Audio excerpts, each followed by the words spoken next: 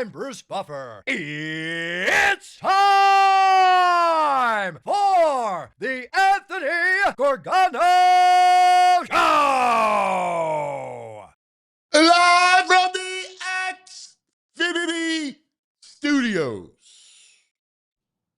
Well, good morning, good morning, good morning, good morning, good morning, everybody. It's Friday, day 2 of the tournament on Friday. Yo, I love the Thursday, but like, the tournament on a Friday is the best because it's Friday, the whole weekend. What a great day today is. It's all right. It's going to be nice today, like 60 degrees today. It's a perfect day in Philadelphia.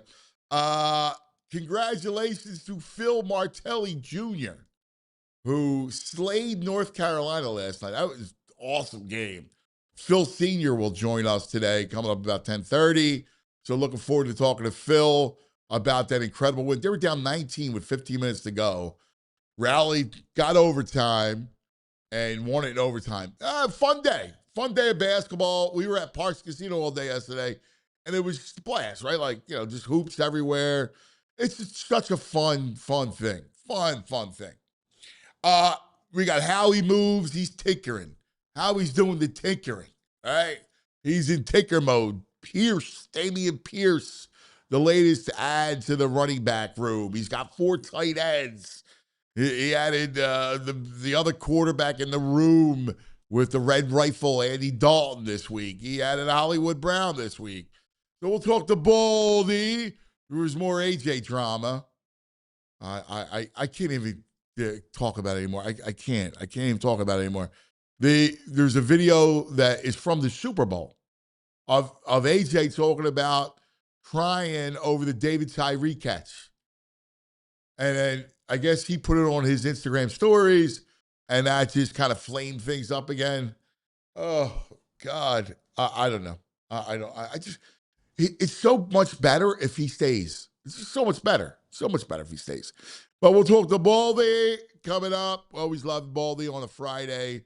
We'll have some fun with him. Devon to talk some hoops. But I do got to start with this because it really irked me yesterday. It really pissed me off yesterday when the Phillies announced no more Harry the K's. It's going to be the energy deck? The Ghost Energy Deck. How tone deaf can you be? Like, seriously, like, do you not care about sentimentality? Baseball is sentimentality. That's what baseball is. It's about feeling. It's about Uncle Harry. Look at Chase Utley, you are the man. So now we're going to sell out to some energy company and rip Harry out of it.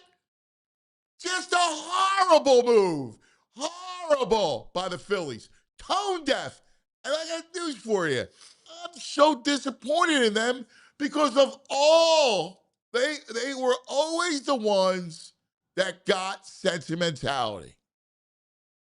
Anytime they did a tribute, it was always good.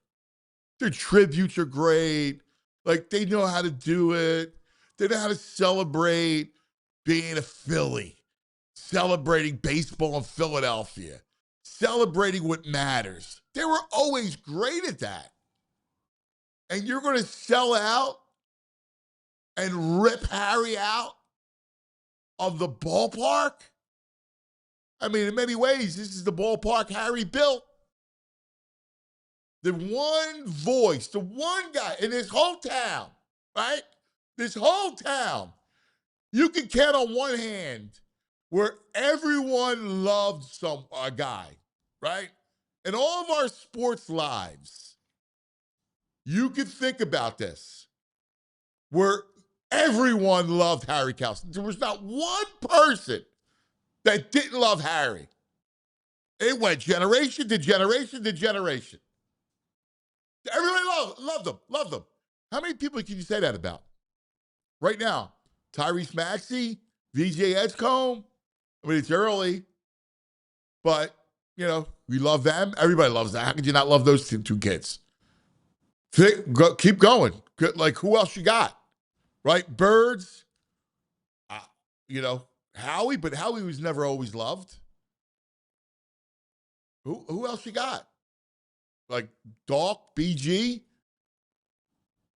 right? Like, you think about there's so few and far between of guys that Cooper, right? Of guys that like you that are loved by everyone.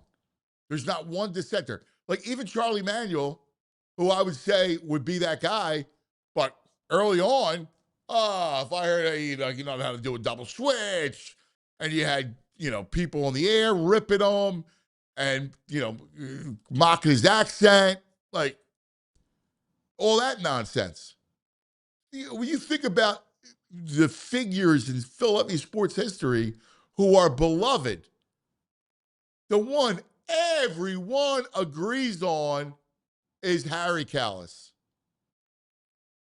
The voice of the championship, the only world championship since 1980 and 08. That was his voice. Come on, high hopes. And you get rid of him in the ballpark? Like, that's stuff that's got to go. He's Harry Carey. Like in Chicago with Wrigley Field, Harry Carey is shown reverence. And you're going to rip him down for ghost energy deck. I refuse to call it that. Disgrace. Tone deaf. What part of what makes Philadelphia great is the people, right? And you know who we are? We're sentimental people. We are. As much as we're crusty on the outside, can be caustic at times, we can fight, right? The one thing is, we got a warm center. And there's always a sentimentality. True Philadelphians have sentimentality. They love what we love people. And then when they love, they overlove. And to do that is completely tone deaf. Just grabbing a check. I guess the tobacco check's not enough for you. I mean, come on. Disgrace, John Middleton. You got to step in and say, no, Harry the K lives and will live forever at Citizens Bank Park. Good morning, VG. It's a disgrace. It is totally gunked up the whole day yesterday. The bar was livid. People were doing rants. It's like, he's untouchable. It's Harry K, man. Like you said, there's no more likable guy ever, probably, in Philadelphia baseball history, at least. And Brian Fling, he's the head of Phillies corporate partnerships, whose quote is, we'll still continue to honor Harry. We still have him singing High Hopes. We still got the statue. The broadcast booth still named after him for how long? How long is that going to be till someone offers him a check for that? Yeah. Right? Yeah. A peacock, somebody comes in for the broadcast booth. You shouldn't have all those things. Like, you don't get points for that. Yeah, you're doing us a favor with that. And here's the thing. The other thing. People know Harry the K's. They know it. Yeah. It's a thing. That's what he doesn't understand. And that's why the corporate suit is the evils of society. It truly is. They're the evils of society. At some point, someone in that room's got to be like, we're worth $3.6 billion. Like, this is untouchable. Anything else but Harry. Anything to do with Harry is ours. Just go sell whatever else you want. And I know it's not what it used to be. It's more of a concession stand now, but it's just the place. We're going out to Harry the K's. I'll meet you at Harry the K's. Like, it's just like... Right. And I got news for you. And you're going to bring his son out, and he's a great thing. When you need him for the big anthems, exactly. we'll use his name. When you suck and you prostitute his memory. Yeah, exactly. Because you only get people to the ballpark. Right. Yeah. It's like, how much money do people need? And it's enough. The corporate greed is just disgusting. It's insane. It's disgusting in sports. If you're taking the soul out of it, you're killing it. You're taking the soul out of this stuff. That thing should always be. Always. Yeah. That's what I'm talking. You can't sell ghost energy, something else in the yard. Anything. Go create something. They're already the official energy drink of Philadelphia Phillies. I mean, what else do you need? You gotta go. Tickets have gone up 20% in the last 3 years. The prices of beverages are insane, and you still got to get this money. You got to get this check still. $23 for a surf sign. Go be creative and go build out something. Right. Call it the Ghost Energy, whatever. Totally ridiculous. Ghost Energy wiffle ball park. Whatever you want to do. Right. Just leave Harry the Case be. Yeah, is it that hard? Like, I can't believe nobody in that room or the board or the ownership is like, yeah, this is Harry's. Like, do you know what we look like? I mean, Jesus, man. I mean, you kidding me? Total sellouts. I mean, that's such a disgrace. It is. It's just gross. It's absolutely gross. Horrible stuff. Horrible. Oh, my God. John, of all people, because I like Middleton a lot, because I think he's a Philadelphian. And I think he wants to win. He loves to win. Like, he's a Philadelphian. Come on, bro. Yeah, reverse course on this. You got to step up and go, no. Totally agree. Harry the K is sacred. Like, you can't feel good going to bed with knowing you've done this deal. You Right. just can't. Like, how do you sleep and be like, oh, yes, we got, I don't know, what do you get, $5 million to name it? I mean, the franchise worth $3.6 billion. You're the sixth most valuable franchise in baseball. Yeah. Come on. This isn't the Pirates where nobody's showing up or nothing's happening. No. And again, coming off a year where you got 3 million people go down there again. People call it Harry the K's. Like, it's a thing. Right. You know? And I got to say, violation on the dude who started Ghost Energy Drink. I know he sold out to Dr. Pepper. Great. He's sold it for $1 billion. Nice work. He's from Westchester. He should know. If he's got any say, he should be like, I don't know if he got say. I mean, if he's got say, he should be like, yo, I don't want Ghost Energy Drink taking over Harry the Case. I'm from around here. Like, this is not a good idea. Like, somebody's got to have reason. Again, go build something out. Yeah. Go build a deck somewhere. Right. Right? And call it that. You don't need to take Harry the Case. Anyway, I just was, I thought, completely tone deaf. And again, what makes us great, like what makes Philadelphia great, is the sentimentality that gets passed on. Yes. Right? Like people, like sports connects all of us. It's so important to us. And the figures, and I'll ask you, VG, how many people, sports figures, are universally loved? Not one dissenter. There's no one who didn't love Harry. Right. Coming to mind, I mean, Harry and Richie. But Richie didn't span the generations that Harry did because he passed away. I think Bernie.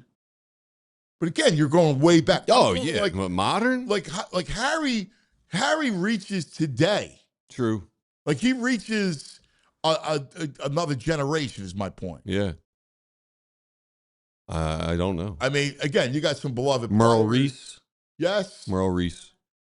But like when you think about these people, he's even got people. Some people don't like Merle, or they're universally loved. Like there's very few people, figures like Charlie. It wasn't always beloved. No, he had a rough go here, thanks to one loudmouth individual. Yeah, yeah.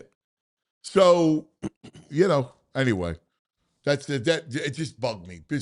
So the Phillies, congratulations. You win the Pest of the Week. All right. I mean, they might be sitting for a while. This is like one of those hits that's on the top of the Billboard charts for a few weeks. This thing's got legs, as they say. Gotta kidding me. Give the check back. Give the check back. Like, what are we doing? Did you put the Pest graphic up? Wait, you can put it up, Jules, with a Phillies logo on it. All right. You can have a big Phillies logo right on the Pest of the Week. Okay. Right? Get a picture of the corporate side of the Phillies. Do they have a group photo? Right. Please put them up. Right. I'm already annoyed with the suits because of Dombrowski. Right. With the Bryce stuff. Yeah. And I'm already annoyed at the cost of tickets. The cost of the All-Star Game is such a cash grab. And I get it, but to have All-Star Game more expensive than World Series tickets, insane. Like, come on. Like, they're just crushing the fans financially. Crushing them. Getting just every way they can get us, they're getting us. Like, come on. Yeah, it's the truth. And you're not the Dodgers. You're not spending $400 million. Go spend $400 million. Yeah. Yeah. I mean. Yeah. No, that's right. Okay, Phillies, congratulations. You're the Pest of the Week, brought to us by Evans Pest Control. Our good friends over at Evans. Steve Sharp saying turn the P of the Phillies into the The Pest have the Pest. The Phillies P be the first P of the Pest of the week. Oh, that's great. That's great. I love that. That's fantastic. Fantastic. Way to go, Jules. I love it. Kill the roach. Step on the roach. A water bug. It looked like a water bug. Yeah, they're just a roach, though, right? Aren't they just a roach? I don't know. The water bug. My dad be like, not a roach. That's a water bug, not a roach. Because roaches are dirty. The water bugs are faster than the roach. Yeah, but they don't imply dirt. They just come up through the pipe or something. Everyone's got water bugs. But the water bugs, aren't they? like you get them in the spring and the fall. Oh, man, the nice squish they make when you stomp on them. And they're fast as all get out. Oh, my God. All right, good first day of the tournament. A lot of fun. Congratulations to Martelli Jr. Oh, dude, what a game. Down 19, you got to be kidding me. And to take, like, there's upsets, right? We got upsets, but you upset a blue blood. And I know they're not. I know they're not a top 5 team, Carolina, but you upset Carolina. That does not go over well in that state, and I love it. No, that was Carolina had a rough day yesterday with the upset and almost going out to the fighting Jerry McNamara's. Dude. That game, so I was with Dick Girardi because I was, I was at Parks all day. So we're watching the game, and it's like, oh man, like everybody at the sports book was looking, and you're like, wait a second, like early on, you gotta come back, come back. Yes. As the game was going on, you're going, they look bad, like lose bad. Halftime up 11, you're like, what's happening? They got problems with point guard Duke. I don't know if it's going to survive the tournament. The kid is good getting to the basket. He handles the rock, but he can't shoot. Did you see after the game, he talked about it's unbelievable. Because, yeah, well, we thought it was going to be a walk in the park. Yes. What? Yes. Like, you said that? Oh, my God. That was bad, man. Oh, man. Dude, Danny D's right yesterday. If I'm Jerry Mack, maybe I don't take Syracuse's call. You know, he put on a nice display yesterday. Oh, I could do better. And they've snubbed him. They went 2 people before they go to him. Yeah, no, I could go. Maybe he's like, Hey, Chris, by the way, you're at school slop now. No, it is. They did not put the money. They're in the football right now. Yeah. So he goes to a Providence where they're all about basketball. No, it makes a lot of sense. I would do that. Dude, how about he only played 5 starters? I mean, he just ran out of gas at the end. It was unbelievable. But yeah, he knew his bench could not do anything. First time since 1979. Wow, really? That in an NCAA tournament game, that all 5 starters played the whole game. Wow. Isn't that wild? Wow, dude. Yeah, that's crazy stuff. We had our long time. We had our contest was good yesterday. Yeah, we were against the spread. Me, VG, and Danny D picked all the games versus the spread in this whatever this pigeon pool is. Well, it's the pigeon. I was hanging with Danny yesterday. He's like, "What the heck's this pigeon pool?" No, he didn't say he loved the pigeon. No, he's like, he just never heard of the pigeon pool. I made it up. Oh, all right. What do you mean never heard of it? I just made it up. Oh, all right. So there's like no money, right? It's all about torture somebody, right? So the one who comes in third is the pigeon. Yes. So I just made it up yesterday. It was like, what is it for? I made it up. I don't know. I just made it up yesterday. So like, who's the pigeon? So it was too close. We'll have to do game day 2. Although we don't have a pigeon winner. I do get winner's choice. No, there's no winner's choice. Winner's choice. You did not say winner's choice yesterday. Get the. Jules, I'll go through. I'll scrub the tape and see. Did I not say winner's choice? I did. Yeah, I'm pretty sure. Right there. I'll go back and replay it. Were you even there when we did it? Or were you driving and parked? I was listening, dude, when I was driving. I was listening. I did not hear you say it. The pigeon, we get to torture the pigeon because they have to do deeds. No, it's eat something. Well, no, it's deeds. This thing's got no rules. Everything changes every day. Deeds. It's like a mad lib. Deeds. Where I get VG the pigeon? Winner's choice. I choose VG. Hey, we had a good day. Danny D hung out with us for like 4 or 5 hours. Got him in a commercial. They filmed a Shive Sports commercial. He's going to be in it with me. Yeah, man. It was like superstars. Tom Kehoe from Yard's going to be in it. He popped in. A bunch of A-listers in this commercial we filmed. I love it, man. Shive. That's pretty cool, man. That's great. That's good stuff. That was fun. Day 2 today. Yeah, now you'll go back there? Yeah, I'm depending on. I may run over and have one with Danny and his boys, and then go meet up with my guys. Oh, well, we'll go. I'll go with you. Okay, yeah, We'll go together. So I might catch like the first hour of the tourney with Danny over at Port Richmond, and then go back with my boys. All right, that sounds like a plan. Coming up, Baldi will join us to go over an interesting week by the Eagles, where it's all little tweaks. I like him. I like Dameon Pierce. All little tweaks. I don't know if he's going to make the roster. Problem is, he doesn't do anything special teams wise. True. Right? And you already got, Tank. Mm-hmm. Right? So I don't know if there's any room. But can they stash him on the squad, right? I mean, not going to put him on a practice squad, but, you could be inactive. Yeah. I just don't know. He'll be your A.J. Dillon. It could be. Yeah. So we'll get the ball. They kind of go out the tweaks. We'll look at the NFL, the week that was in the league. I got a good trivia question, which is hoops related. Do you want me to wait? You want to try and tackle it with Devon? It's from Jake Dunphy. Good follower. I love Jake. Yeah. He hit us up with it yesterday. 7 Catholic colleges have won the national championship. 7 Catholic colleges have won the national championship. In basketball. Wow. That's awesome. That's a great. It had us going. We couldn't get it. There were 6 of us. There's one we could not get. Really? Mm-hmm. Oh, wow. Was Gonzaga the one you couldn't get? No, we got that. No, did they won, right? Yeah, we got that. Yeah. No, it's an old head one. Oh, really? Mm-hmm. All right. Yeah, I'll think about it. That's a good. This is a good question. Mm-hmm. All right, we got to take a quick TO, hang out, have some fun. We'll talk about our friends and then the great Baldi.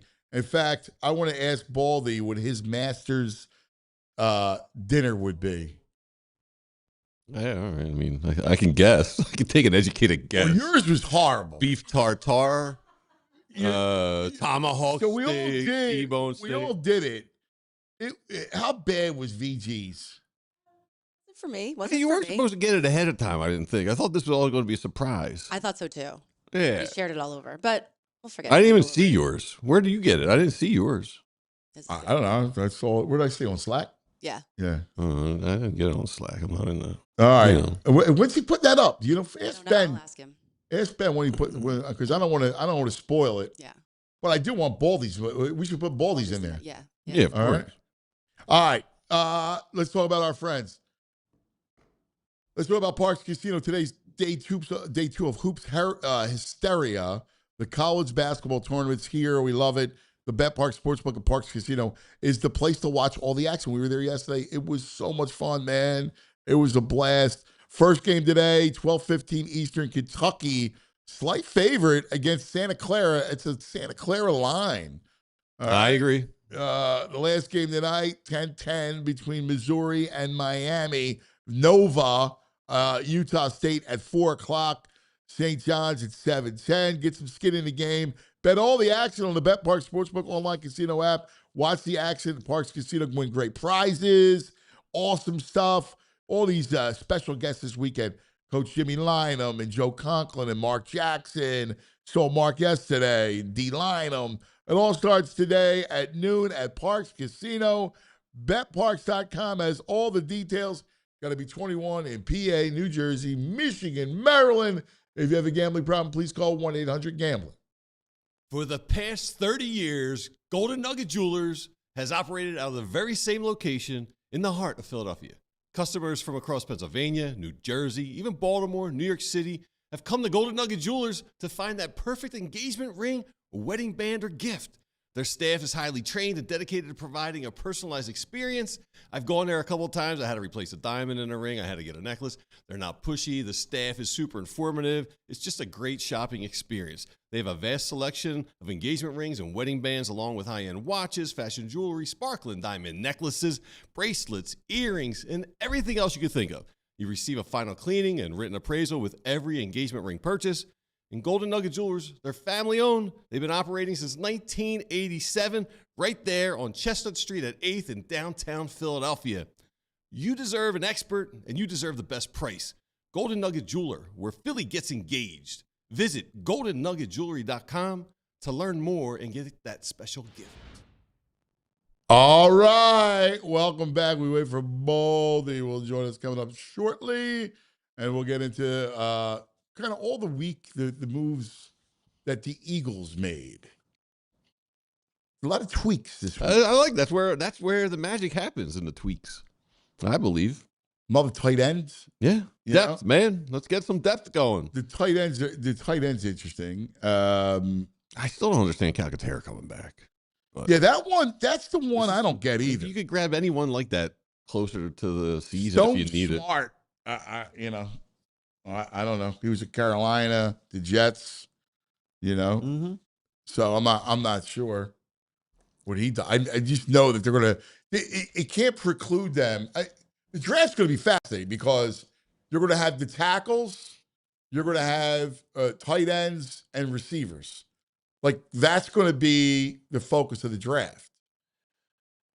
Obviously, if it's not Sadiq O-line, I feel like I feel more comfortable with that. Well, the way the board is setting up, there will be a run of tackles when the Eagles pick. Okay. So we'll get more coming up with the legend. That's right. On the Xfinity mobile call-in line, Baldi.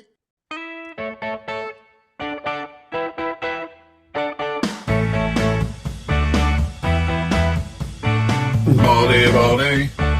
Oh, let's talk some football. Ay, Baldi. Oh, he likes meats and football. Oh, Baldi. There he is. Morning, cuz. What's up, legend? How we doing? Did you watch some hoop yesterday? Did I watch who? Hoop. No. Basketball. None. No, I was looking for third round. I was looking for day 3 players yesterday. I love Yeah. you. You're the best is you're like, nah, I was grinding yesterday. I was grinding yesterday, man. I was on it. I like this kid, Damon Claiborne from Wake Forest. Little guy, like 5'10", 190, but can scoot, man, got a good burst. Had a good 4-year run at Wake Forest. Just looking at guys, man. Looking at guys. I love that. Or no, are you in Florida? Yeah, I'm in Florida right now. Yeah, I got to tell you though. I got to tell behind you, we got 5 weeks to the draft. I found my favorite player. I found my favorite player in the draft. I can't stop watching him, man. Who? Ioane from Penn State, the left guard. Dude. Like he's so Yes. last year was Yeah. We had Tyler Booker come out last year. Ray Zabel came out. They were great players, really great players. They helped their teams a lot. This kid's better than both of them. Yeah. Yeah, top 15 player. Yeah. It sucks because I would love for the Eagles. He's not going to be there when the Eagles pick. No, he won't be there. Steelers will take him. I mean, there'll be a bunch of teams that will take him. But honestly, I remember when Landon Dickerson came out of Alabama. He might have been my favorite player in that draft. He was just so dominant that year at Alabama. And he's been like that until the injury this year. Like, this kid is in that category. When you see him, because he's an athlete, strong, but he's got really good feet. Yeah, no. In fact, Penn State, like I know Franklin got blown out, but they did some things offensively that, they didn't try to disguise what they were doing. They put him in motion and he led the way. They put him at tight end. They ran behind him. Short yardage, they did certain things. They moved him around to put him at the point of attack. Not all the time, but I can find him in 5 different positions, and just physically, like you just don't see guys get wired up like that. You watch Quentin Nelson play, Landon Dickerson when he's healthy, like they just wire guys up. Yeah. They don't get budged, they don't get moved. That's what this kid does. Yeah, the Quentin Nelson thing's a good. That's a good comp. He reminds me of an Eagle. Of an Eagle O lineman, like there's so much you could do with him in space. You can do a lot with him. Yeah, he runs good enough. I mean, he's not a 5 flat 40 guy, but it doesn't matter. Like he's got good first step, but he can stay in front of people, dance with you all day long. But when he hits you, man, he makes you feel his punch. Like it's fun. It's fun to watch. You just don't know what guy he's going to put down. He's got like killer instincts to him. He's a typical Polynesian kid. probably, his nicest kid off the field. On the field, though, man, he is a terror. We got to do we got to do a show. All right. Yeah. Okay. Ode to the Polynesian. Oh, no doubt. We got to do it. We love the Polynesians. You are an honorary Polynesian. My friend, a great Polynesian player, Jesse Sapolo. He's from Samoa, and he's been a pipeline for those kids. They're out there with no facilities and no equipment, but they're playing rugby and they're playing volleyball, and they're just athletes, and they just and he's been a pipeline to get these kids to high school, to get them to the States. I went one time, I'll never forget this. I went to Vegas, and they basically had this Polynesian football camp, okay? And it was like literally, it was every position, but the concentration was offensive and defensive linemen. And what they did was they took after 2 days of this, they took the 10 best offensive linemen and the 10 best defensive linemen, and they had a big circle in the middle of the field. And they just went one-on-one, like no equipment, but one-on-one. Like all the families were out there and the kids and blankets. Like I watched this thing and I'm like, oh, like they don't need equipment. I said, Ioane could play this game in a pair of flip-flops and baggies. He'd be just fine. Dude, that's the greatest. Like there's just all the warrior mentality. It's a warrior mentality. And you know what's interesting about that? I'll never forget, one time I was the MC of the Polynesian, like they had this Polynesian Hall of Fame dinner in Hawaii. I remember that. Vibe. No, it was cool. Yeah. It was cool. So they inducted the class. One of the guys in the class was Troy Polamalu, right? So, I every once in a while, I'll just show a Polamalu clip. You can only show one play because his game would not transfer to today. Nothing against the rule changes, but he's just too violent of a player. But so anyways, he's like the star attraction of this. And this thing is sold out, right? And it's really well done. And I remember he gets up there and I'm interviewing everybody, right? All the nominees. And he speaks like this. He's real quiet. Yeah. He's got two little kids at that time, and they're probably grown now. But two little kids, they all had the same hair. Yeah. The daughter had the same hair as his son. Yeah. Like long black Polynesian hair. Yeah. Right? He spoke in a whisper. So I asked him, like, what was the transformation?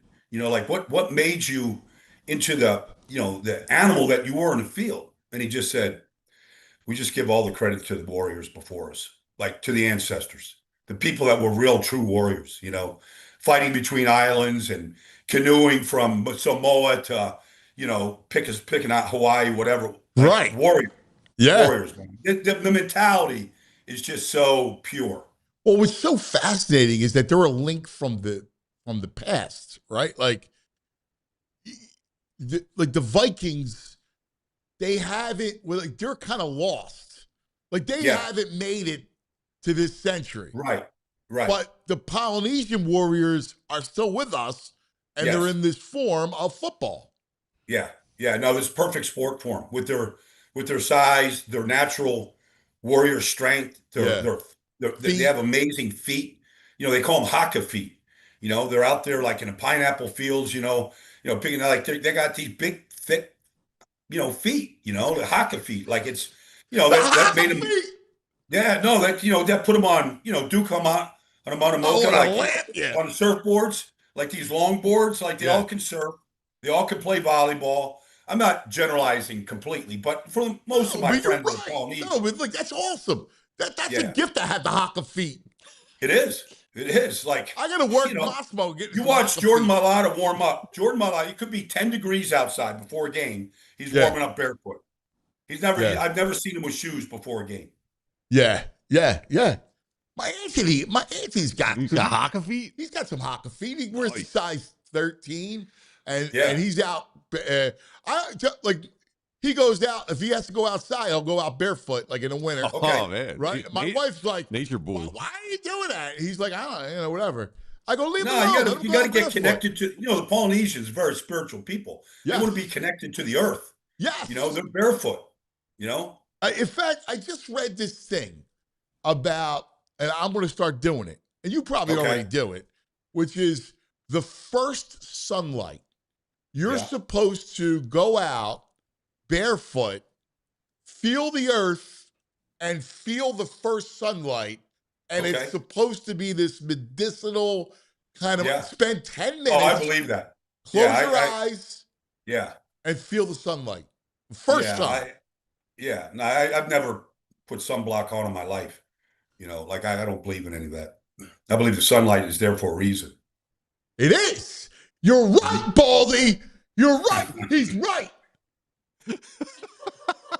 He is. No, but seriously, I was quoting you the other day when you said there's two things. One, you're like, I don't get sick. Babies get sick. Yeah, that's true. Oh, babies get sick, man. But like, you know, I just refuse. Like I just, it just... The other one, now this is one I always feel guilty about because I'll be honest with you, I like a nap, right? I do. All right, yeah. No, I got you. There's supposed to be some benefits to it, right? I stay up late and I get up early, right? Because I stay up late, I'm writing, I'm doing this stuff, and I get up early. So come 4 o'clock, like if I have nothing, if I'm clean. I like to do a nap, like the Italians, the Spanish, like they do. No, siesta. I got you. But you used to say, "Baby's nap." I don't nap. Yeah, you know, I mean, I don't know. When I get up, I'm up. You know, like I like to just, you know, occasionally instead of the nap, I'll just take an espresso. I'll be fine. Yeah, just the espresso, man. You know, you don't get no late afternoon lull, a little siesta time. Some days, honestly, BG, like when if I'm in the film room for 12, 14 hours, like I could my eyes could get a little droopy sometimes. Yeah. You know, so I could close my eyes for 5 or 10 minutes and, you know, snap out of it. Like I'm not saying that will happen, but usually it's, you know, it's just those kind of dull days where you just grind. Yeah, when you're in grind mode. Yeah. But to your point, if you do this for like a power nap, 10 minutes, sometimes that's good. Like you're good to go. No, I agree. No, I think I know there's benefits to it. I know there is. Yeah. What's that? You got something else? You gonna follow up, VG? I mean, he's like a Navy SEAL. He is the Navy SEAL. SEAL. Standing up. Takes his nap standing up. Oh, it's the best. Those Navy SEAls are a different breed, man. You know what's funny about the Navy SEAls? Then we'll get to Howie's moves as the football, but this is a fun little thing. I'm hitting you with a cold, so take your time with it. But every year at the Masters, whoever wins the Masters, they then get to have the dinner. It's the Masters dinner, and it's their menu, right? It's like whatever's on their menu. So if you would get 2 appetizers, it could be anything you want. It's like to you, right? Like I have like cheesesteak, little mini cheesesteak sliders, like all stuff. Pasta course, we'll talk about it. But what would your Masters menu be? 2 appetizers, an entree. You can have another course if you want. Dessert, and what are you drinking? I know you're drinking tequila. Yeah. I need something like really hot and spicy. So, you know, something with some really, you know, popping peppers would be pretty good. Yeah. You know, so like something really spicy. Like I just like spicy food. So that would be good. Honestly, like I could eat French fries all day, every day. Like just give me a good bowl of French fries, man.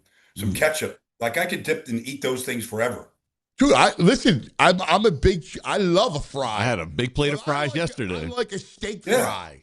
I remember when I was a little kid, we belonged to a swim club, you know, and like, you know, we just got those, you know, the big thick fries, not like the skinny McDonald's fries, but the big thick rib fries. I don't like those fries. I like a big fat fry. I like a big thick fry, man. With salted up and just dipping it in ketchup. Like I could eat plate after plate of those. Yes. You go steak over crinkle cut? Yes. I like the crinkle cut because it holds the ketchup. Fry's a man's ketchup fry. in the It wedges. does. Exactly right. That's what they're made for. Hold the ketchup. Yeah. And anybody that would ever think about putting mayonnaise on a fry, like they honestly don't deserve a long life. No. They just don't. Like wait a second. No. You haven't been on a canal in Amsterdam and had some of the been on frites with a little bit of mayo? And I look at those people and I go, no wonder why it's a dying culture. You know, it just is. Like that's the reason. Yeah, you know the greatest fries in the world were in Belgium, in Brussels. Okay. They have these freaks, and dude, they have a cone, like it's a cone, and they have yeah. these twice fried freaks, Yeah. big fat, like thick fries Okay, that I we know like, what you're talking about. with Yeah. a Belgian beer. It's freaking heaven. Yeah. Belgian beer. I'm reading this book right now, and it takes place in Prague. And I remember when I was in Prague, you know, at St. Charles Bridge and the Yeah. Vltava River and all this stuff. Like their breakfast in Prague was goulash and a beer. And I just thought that's a good breakfast. That is a good breakfast. That's a hearty breakfast. Yes. Yeah. That's a great breakfast. Is great it our boy come out with another book? Yeah, well, no, this is Dan Brown. You know Dan Brown, who wrote like Angels and Demons and Da Angels Vinci and Code. Demons, yeah. So this is Dan Brown's new book. It takes place. It's pretty good, but it takes place in Prague. Where's it? What's it called? I gotta get it. I like Dan Brown. Well, it's on every bookshelf. Yeah. I like those spy book. Baldi and I always read the same stuff. We like that. The pop, not like, you know, the spies. Yeah. All around global, you know. So I love that stuff. Yeah. Me and Baldi always, we had this thing. There's this author. What's his name? I love that dude. Baldacci? Well, the guy with Gabriel Alon, the art restorer. Oh, yeah, Gabriel Alon. Yeah. What is his name? You're right. Not Mitch Flynn. So he's a secret agent, and he's an art restorer. All right. Yeah. No, he's CIA operative, man. He's good. Yeah. He's good. Yeah. Yeah, it's good. It's good stuff. All right. Howie, Daniel Silva. Daniel Silva. Yeah, thank you. There you go. Thank you, Daniel Silva. Yeah. Yep. He's good. Yeah, he's great. So you're going to go fries, something spicy, tequila, tomahawk steak? Yeah, give me a tomahawk for sure. And I don't think there's any pretense to the fact that at some point, even though it's a master's dinner, at some point I'm going to pick it up by the bone and eat every scrap of meat off it. Yeah, that's good. Like that's not like bad table manners. That's just what you got to do. No, that's why there's a bone. Listen, you got to gnaw on the bone. You got to gnaw on the bone. Yeah. Do you just gnaw? You know what his freaking entree was? No. Tell him. Fettuccine Alfredo? No, that wasn't your entree. Pad Thai with tofu? No, it was. You know what it was? Oh yeah, Pad Thai with tofu. It's fettuccine Alfredo meat. I got no Satan meat up there. Oh no. My appetizer's a little hummus with falafel and pita, some spring rolls, that is so gross. And a Philly soft pretzel. Look how horrible that is. That's terrible. You see that, Baldi? You ever see that? Yeah, I'm looking at it. You know, Mad Dog 2020, Baldi will sit down with some great wine. I don't know. When I had $2 in my pocket, Mad Dog 2020 wasn't bad. I got a little bit more than $2 now. Yeah, I mean, yeah, you got to stay true to your roots, though. That's a vomit piece. Here's mine. You got mine? Let me see. What do you got, cuz? Yeah, let me see what you think about my my piece. Here you All go. right, so we got the mint cheese. Okay, that's good. Sea rolls, seafood. Okay, all right. Seafood tower is always good. Oh, arancini balls. I love those things, man. Yeah, they're great, right? Yeah, that's a Sicilian specialty right yes. there. Spaghetti with crab. Okay. Lemon and water ice. You can't go wrong there. As a palate cleanser. Ossobuco, can't go wrong. That stuff falls off the bone. Triple egg, can't go wrong with chocolate chip chunk cookie. That's good. Drinks, sparkling water. Okay, good. Yep. Little Pellegrino, limoncello. Okay. Yeah, heavy on the appetizing drinks. I see it. That's good. I got my Barolo. I mean, I would never do. The only thing I would really disagree with is there's only one food in this whole world that I won't eat and can't eat, and that's blue cheese. Oh wow. Yeah. Really? Yeah. It's That's a major violation. It's like it's kryptonite. You don't do the blue cheese olives then? Never. I love olives. I could live on red wine and olives. I just never do the blue cheese. Well, this in the martinis. I just put them in the martinis, like a pre-drink martini. I don't want to ruin my vodka. No, with blue cheese. You put you're good. You just garnish it. Okay. Yeah. We found his weakness. Yeah, blue cheese. The blue cheese. Yeah. Let me tag this thing that you're doing here with one thing. Okay. So this is the Masters dinner, right? This is your dinner. Yeah. So when you said Masters, so listen to this. The NFL, their number 2 guy okay, for forever was a guy named Brian Roloff. Okay, he did all the contracts with all the the networks, with all the streaming. His thing, he was a worker, and he was really, really sharp guy. Okay, in fact, he went to BYU. All right, and then he went to Harvard Business School. But he was there right after Vi was at BYU. Anyways, the PGA hired him. Okay, so what do you now? Like they had a big thing between Live and PGA, so he came in to clean it all up, right?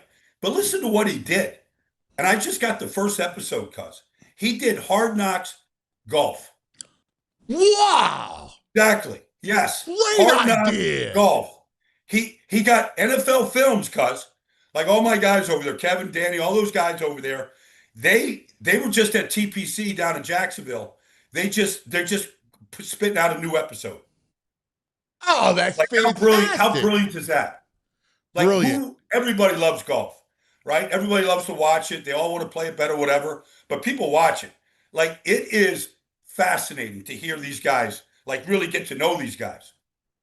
Ah, that's a great call. Hard Knocks Golf is great. Yeah. Hard Knocks PGA. That's good. That's excellent.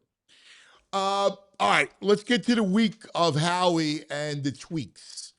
All right, so it starts off Hollywood Brown in the slot. Do you like that? Yeah. I mean, they need a slot receiver. He's not really a great route runner. He's fast. It's kind of hard to find him sometimes, but he does have great speed. He does make your offense faster. He is a good kid. Largely been healthy. I think he had one bad year in Arizona or something, but he's well traveled for a reason. I mean, not that he wears out a welcome, he does, but that's kind of his role. He's not really a typical slot receiver like an Edelman type, Wes Welker, like that type, because he's not that kind of a route runner. So you can play him outside. He's just got, he can still run. and listen, he's an upgrade to Jahan Dotson. Yeah, he's an upgrade. All right. Yeah, I mean, look, he in the right offense, there's no reason why he can't still put up pretty good numbers. Yesterday, Dameon Pierce they add to the running back room.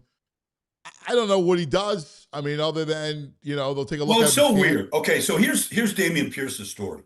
He comes out of Florida, right? He's a 4th round pick at Houston, and he has a monster rookie season. Oh yeah, monster. And at Florida, he was one of these rotational backs. He never put up a lot of numbers, never had a lot of carries. So he was pretty fresh when he hit the NFL, and he was awesome. I think he might have had 1,200 yards, something like that his rookie year. And he just has never, ever regained that. He had unbelievable contact balance. He's one of those backs that just runs through contact. And I think those guys just have a short shelf life. Like he has never regained that form of his rookie year.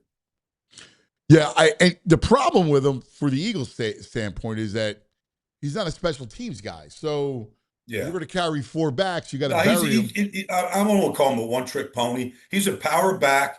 He doesn't make people miss. He had great contact balance. And honestly, I think it's been 3 straight years now where he's basically been injured. Now, he's a good kid. Yeah. He's a good teammate. There's nothing wrong with the guy. It's just that after that first year, he's never regained that form. Yeah. Now, maybe he's healthy. I don't know. I kept waiting to see him rebound. They hired Nick Chubb last year and all these different guys, and he didn't get on the field. So I don't know. If he's healthy, maybe he can get back. He's still young. So they sign Stone Smart as their 4th tight end. They're looking to bring a lot of bodies into camp at tight end. Stone Smart was the Jets. He was with Carolina. He's a blocker. Yeah, he's a blocker. Yeah, like Johnny. That's what he was. They lost Stoll, who was like one of their blocking tight ends. So you got to have 4 tight ends on your roster. You're probably going to keep 3 dressed. The way the league is right now, the Rams dressed 4 almost every week when they were healthy. So you got to have 4 on your roster. So Stone can still play. I mean, he's got a role. With Mannion, with that offense, you're going to need to roll in those tight ends. I still think they drafted tight end.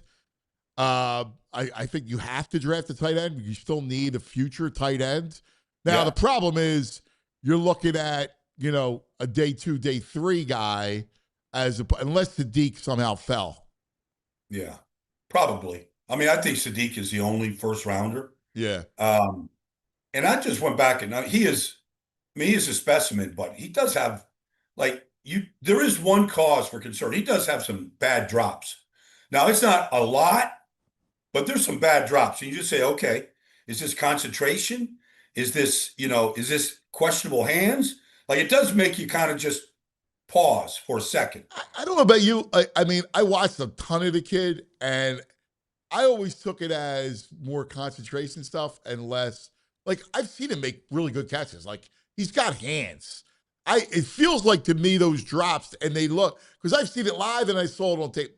They seem like concentration pieces. All right, maybe. But the other thing is, and this is kind of a weird thing, because it's not just him. Like, he doesn't play like he's a 4.3, 940 guy. You don't just see him run away from people. You just so there's game speed. Puka Nacua runs in the 4.5s or maybe 4.6, and he runs away from people. Yeah. So it's just Devontae Adams still runs away from people, and he ran a 4.58 11 years ago. Yeah.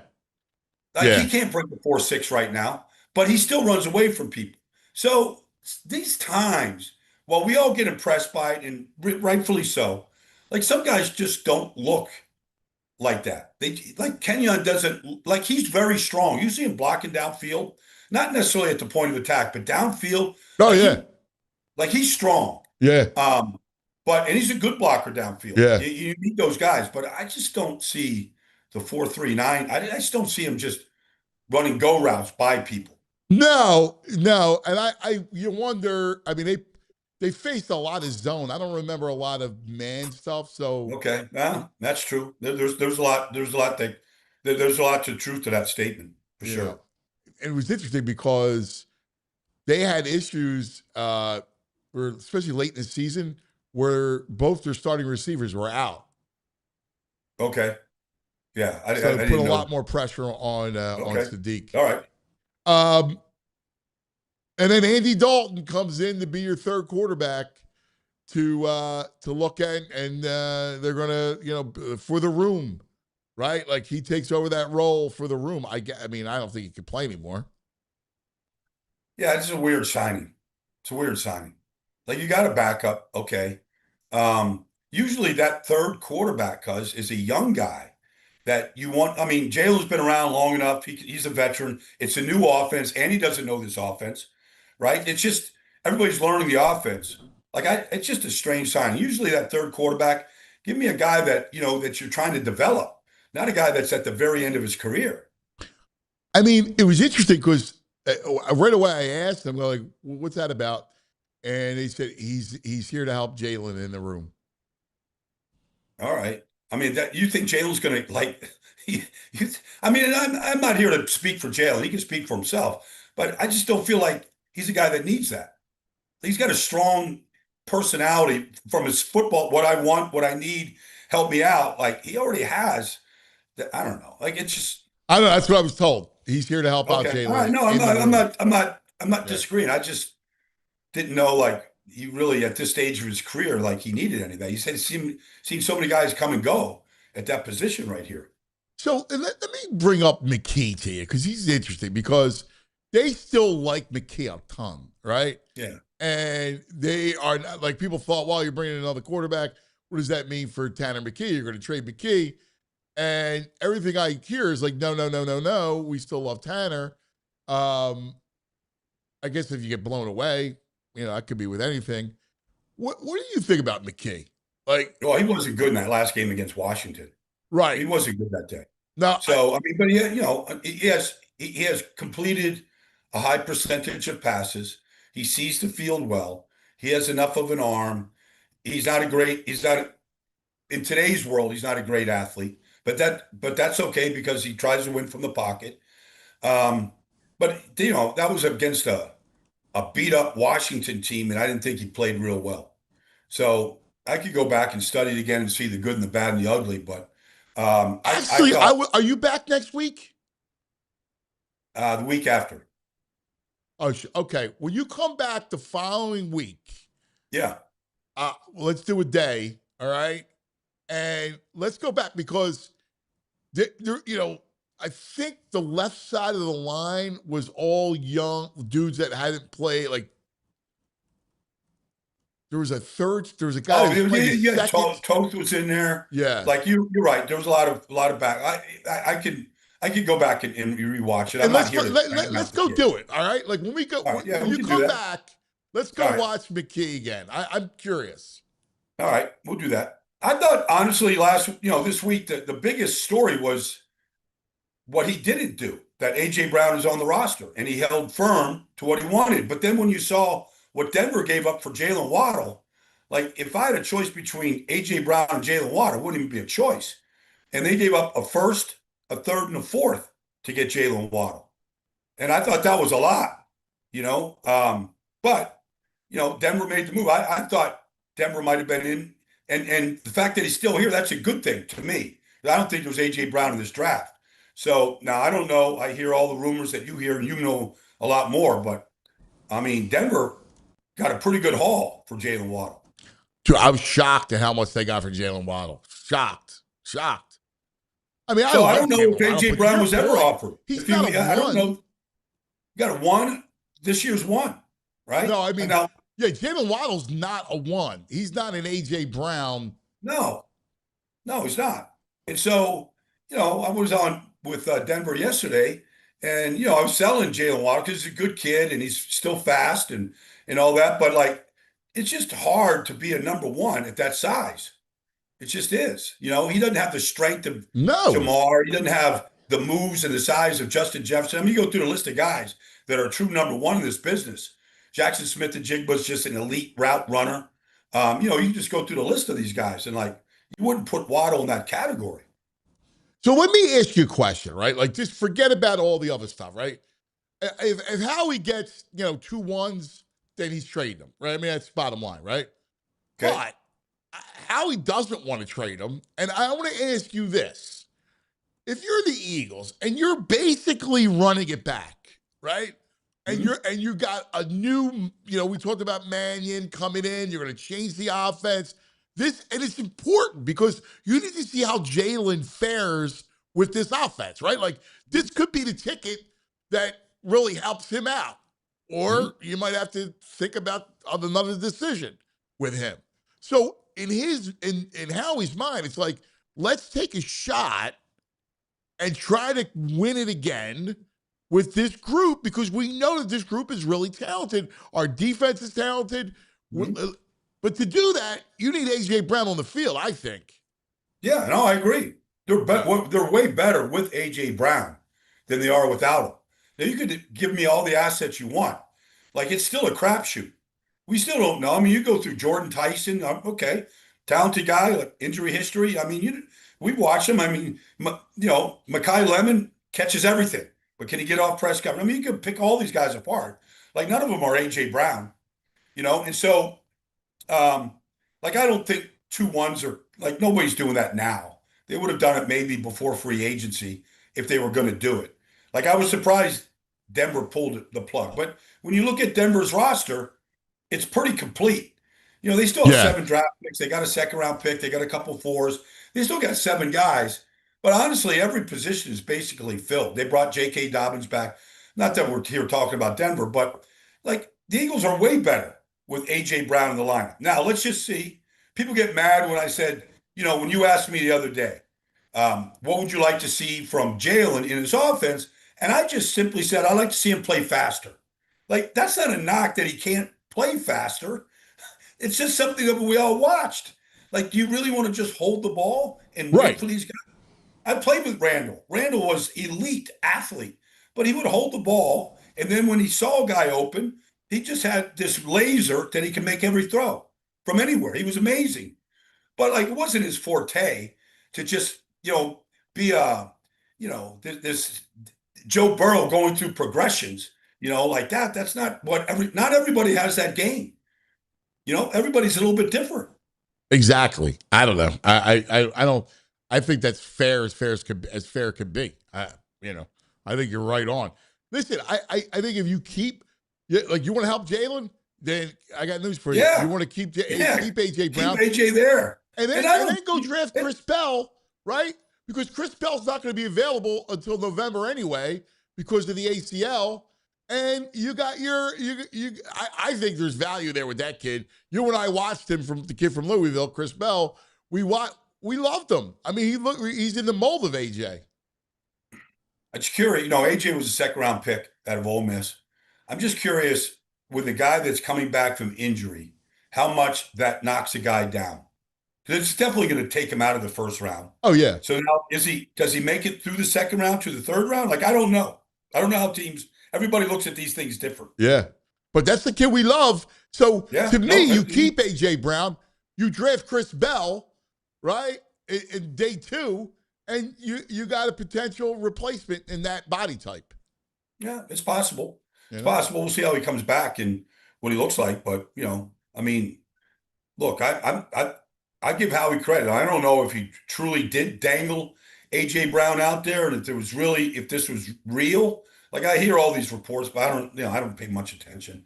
But they're him and Devon, him and Smitty, like they're good together, man. You put Hollywood Brown there, you've got real speed, you got all different sizes, all different, route runner speed, big guy that can, that can just out physical people. You got Goddard, you got Saquon, you're bringing back your whole offensive line. Let's go. Let's see what Sean Mannion's got. That's it. Let's say Baldi. So what? You're going to relax all next week in Florida? No, I'm right here. I'm just grinding right from here, though. Okay. All right. Yeah. All right. No, but I mean, it's you'll be in the water, right? Oh yeah. No, I mean, I'm waiting for it to clear up out there. It's been raining, Okay. but no, I'm planning on getting out there and getting deep in the water here.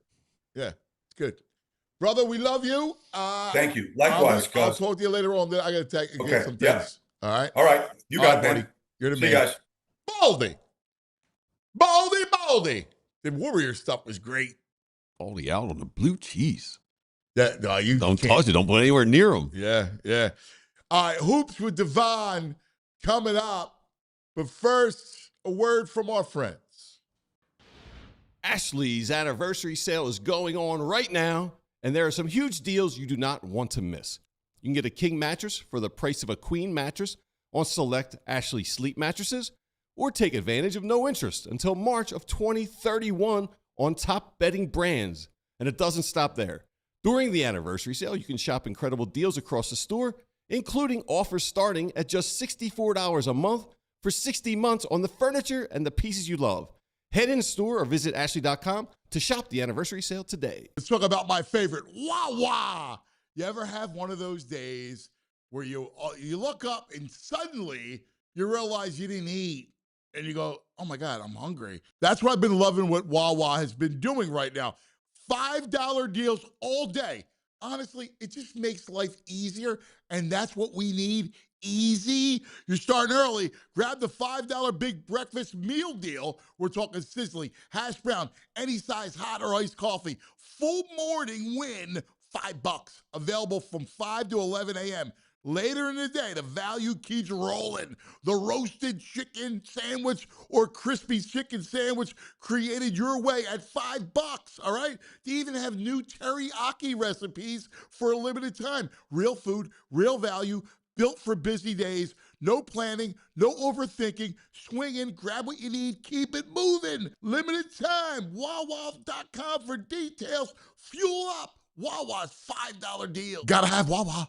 Ashley's anniversary sale is going on right now, and there are some huge deals you do not want to miss. You can get a king mattress for the price of a queen mattress on select Ashley sleep mattresses, or take advantage of no interest until March of 2031 on top bedding brands. And it doesn't stop there. During the anniversary sale, you can shop incredible deals across the store, including offers starting at just $64 a month for 60 months on the furniture and the pieces you love. Head in store or visit Ashley.com to shop the anniversary sale today. All right. Hoops with Devon. Let's do it. Devon Givens. Devon Givens. NBA. Devon Givens. NBA. Devon Givens. NBA. Devon Givens. NBA. Devon Givens. NBA. Devon Givens. NBA. Devon Givens. Yo! Morning. Devon on the What's Xfinity going on? mobile call-in line. Yo, VJ, 38 last night. I missed it. I was watching college. Yeah. No, he showed out from the very beginning. He had a pretty good run from the start. Good start to the first quarter. Had things going, distributing the basketball, finished with 11 assists, 7 boards, only 1 turnover in all the time that he was out there on the floor. And so it was a really good game from VJ, and they needed that at 38 and 22 now. I was saying to the guys last night after they won, as much as we rightfully complained about the things that we had during the stretch when they dropped out of the top 6, which they still are, but only half game back right now. It's unbelievable. With 12 games remaining, Well, only I half mean, game back. but I It's can't crazy. I can't go like this, like King Kong, No. because I you're just simply beating mean the fact that Brooklyn. they needed Yes. those Yeah. to avoid any, Yeah. try to keep themselves out of the play-in. They needed Brooklyn and Portland and Sacramento. You have to win the ones that you need to win to put yourself and position yourself for any chance that, to allow VJ to be in a playoff series and avoid a play-in situation. You needed what you got from him last night to beat the Sacramento Kings, and they're going to need it again on Saturday against the Utah Jazz. Another team that's tanking. The whole league's Yeah, but they tanking. won last night. Yeah, and they won last night. They beat the crap out of Milwaukee, who's also trying to tank, and Giannis doesn't want to sit down, but he did not play last night. But yeah, so he was phenomenal last night, VJ Edgecombe, with the new career high 38. Love it. Love that. Let me ask you a question, because you're an NBA freak. You love the NBA. You love the game. Mm-hmm. You also Mhm. love college. Playoff NBA is awesome. But like when you're watching the tournament and then you watch, I watch the NBA. I still like it. I hate it, but I have a love-hate relationship, because I hate what they've done to the league, but I love the sport, right? But you were watching yesterday. It's just on another level. Always. That's the theater of it all. Even if you don't check in all season long in college basketball, you can walk right into the tournament on day one on Thursday at 12:15 and feel like you didn't miss anything. You know who plays for Akron, even though you don't. You know who plays for, Winthrop or whoever it might be. But VCU. right. It doesn't matter, because you just walk right back into the theater of what March Madness is. And it was great yesterday. First day one, where you get a couple of teams with some surprises. Siena keeping things close with Duke, and VCU knocking off North Carolina. Duke. Crazy. Listen, without your point guard, Mm-hmm. and I thought the big was going to be back. He did not, and he was not. I'm surprised, but I don't know, man. They looked. That wasn't just, oh my God, we played down the competition. That was, I don't know, man. They could be vulnerable. Yeah. Siena might have shown some cracks in the armor there when it comes to Duke. And I was watching the ACC tournament because of the fact that you talked about where Caden Boozer had to step in for their starting point guard. And he played really well in the ACC tournament when he had to step in for their championship game. I thought he played decently on Thursday. I thought he played pretty well yesterday. For what you're asking of him at this point, Cameron Boozer did not play as well as we expected, but this happens too, and I don't think it's going to do anything to his stock for the NBA. But yeah, man, this is what do we say? This is March, and this is what happens, and then you start to see where, hey, could John Calipari's team with Darius Acuff Jr.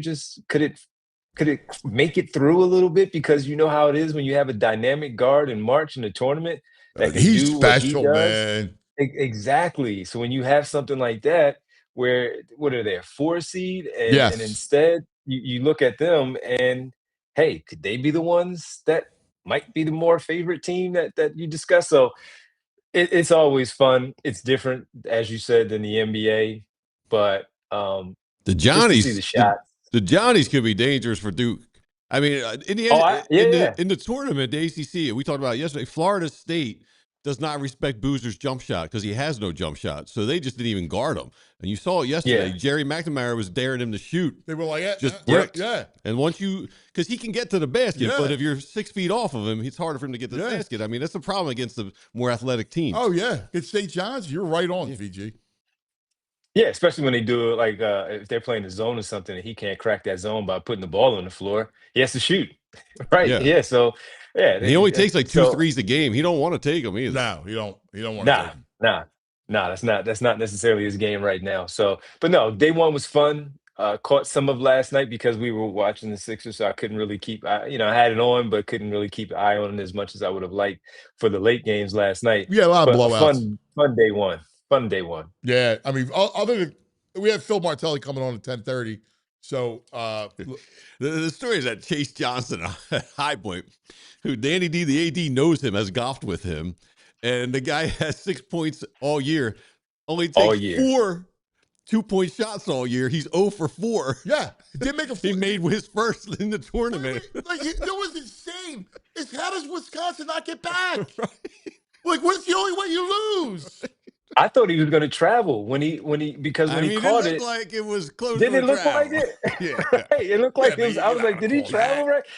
No, but I'm just saying, just because of to your point, he didn't have a lot of those situations all year. No, and in the moment, I'm jumping from here, right, and try to finish this, and he made it. And then that 3-pointer from where his foot was on the logo, where he was leaning in. It's like the end of a awkwardly. half. I was like, wait, it's like 8 minutes left in the game. He's shooting like there's time running out the end of the half.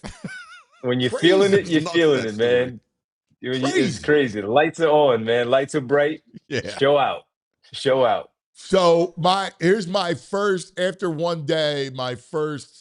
And this is our good friends at Rita's Water Ice, the Rita's recap of the tournament. Day one, the Big 12 is your best conference. Yeah. And that means Arizona is that much better. Like, I think I'm more convinced that this is Arizona's time. And it's why I look at Arkansas. If they were in any other region, they would have a shot.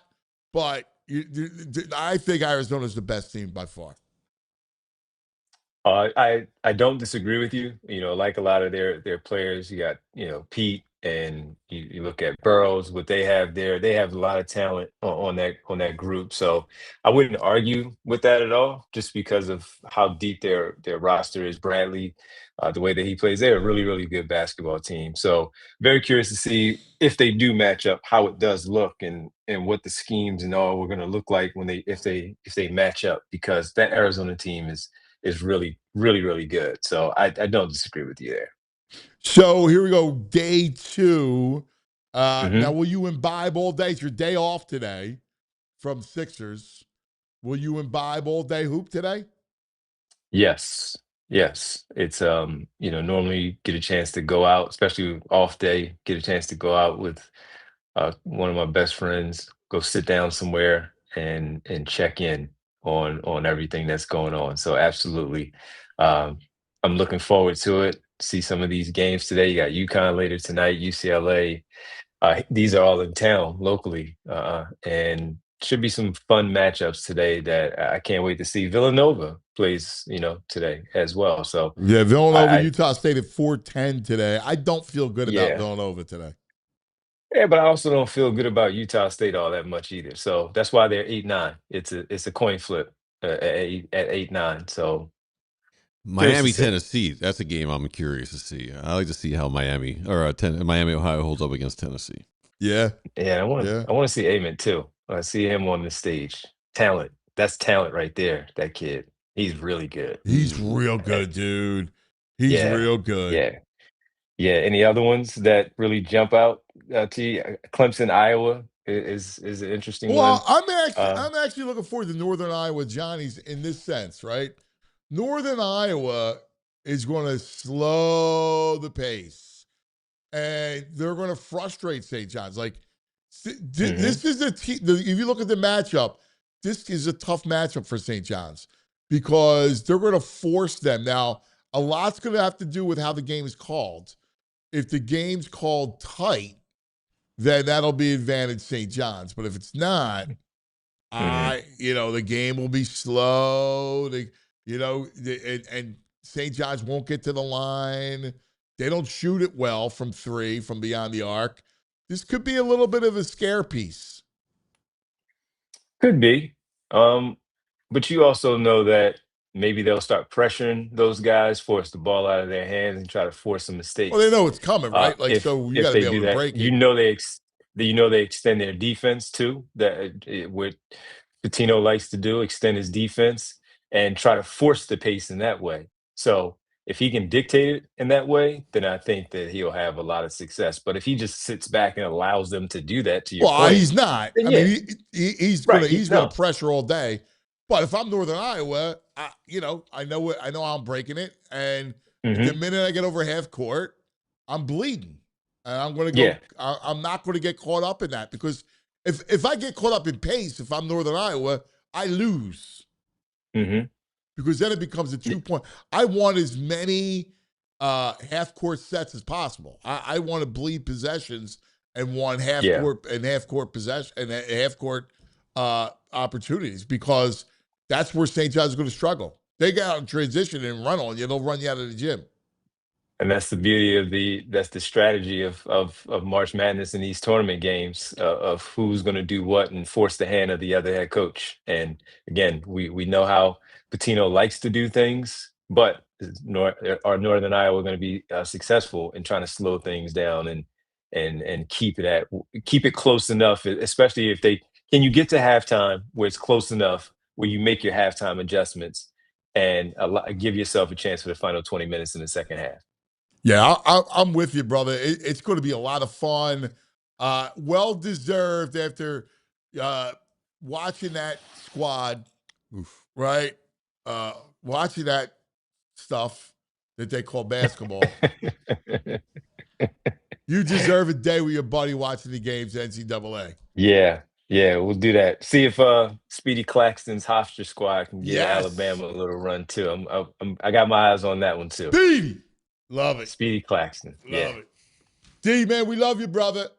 All right back at you. Love you too. Enjoy the great. You too, man. The best. Devon Givens, the greatest.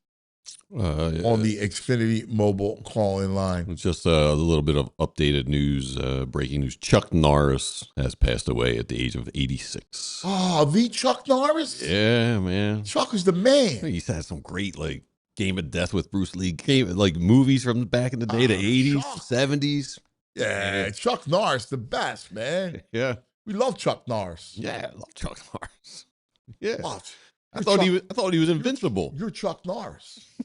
From what was it? You can throw a wrench, you can throw a ball. What? What movie is that? Dodgeball. Oh. You can dodge a wrench, you can dodge a ball. Hey, joining us every other Friday, we love it, the great Rothman doctors who give us insight into sports injuries, right?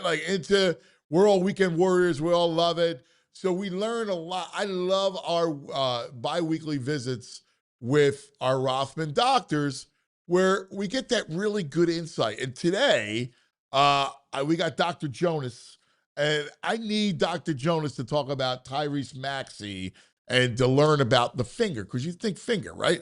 So let's welcome him from our great stable of Rothman doctors where there's always, whatever body part that ails you, Rothman Orthopedics has the great doctor. Good morning, Dr. Jonas. Thanks, Anthony. Thanks for having me on. So wait, you're a great sports guy. How do you balance your work tournament schedule? Did you watch any tournament yesterday? It's hard. It's hard. I try to when I get home, we can watch some of the games with my son, but it's hard to see it during the day. You get updates on the phone. Yeah, no, I can imagine. I was wondering if you were able to squeeze it in last night and watch a little basketball. For sure. Oh, no doubt. How old's your son? He's 11, so he's pretty into it. Dude, it's the greatest. So mine's 12, right? Yeah. So, they love it. Like, last night I pick him up from baseball practice and we watched the late night games. And he's like, Daddy, I was 14-2 in my brackets today. Right. Yeah, they know everything. They know everything, every detail. It's unbelievable. It's how smart they are. Yeah, it's the greatest. Doc, we know you're not treating Tyrese Maxey, but you're an expert when it comes to hand and wrists. So we hear about tendons and we go, all right, finger tendons. What exactly does that mean? Yeah, so it's pretty vague, right? Finger tendons can mean a few things. Tendons are what connect muscles to bones. And in the finger, we really have flexor tendons, which allow you to grip or bend your fingers, and then extensor tendons, which allow you to straighten your finger. And there's a lot of variations of where the tendons can be injured. But yeah, typically in these scenarios, it's either like a rupture or tear of the tendon, either partial or complete.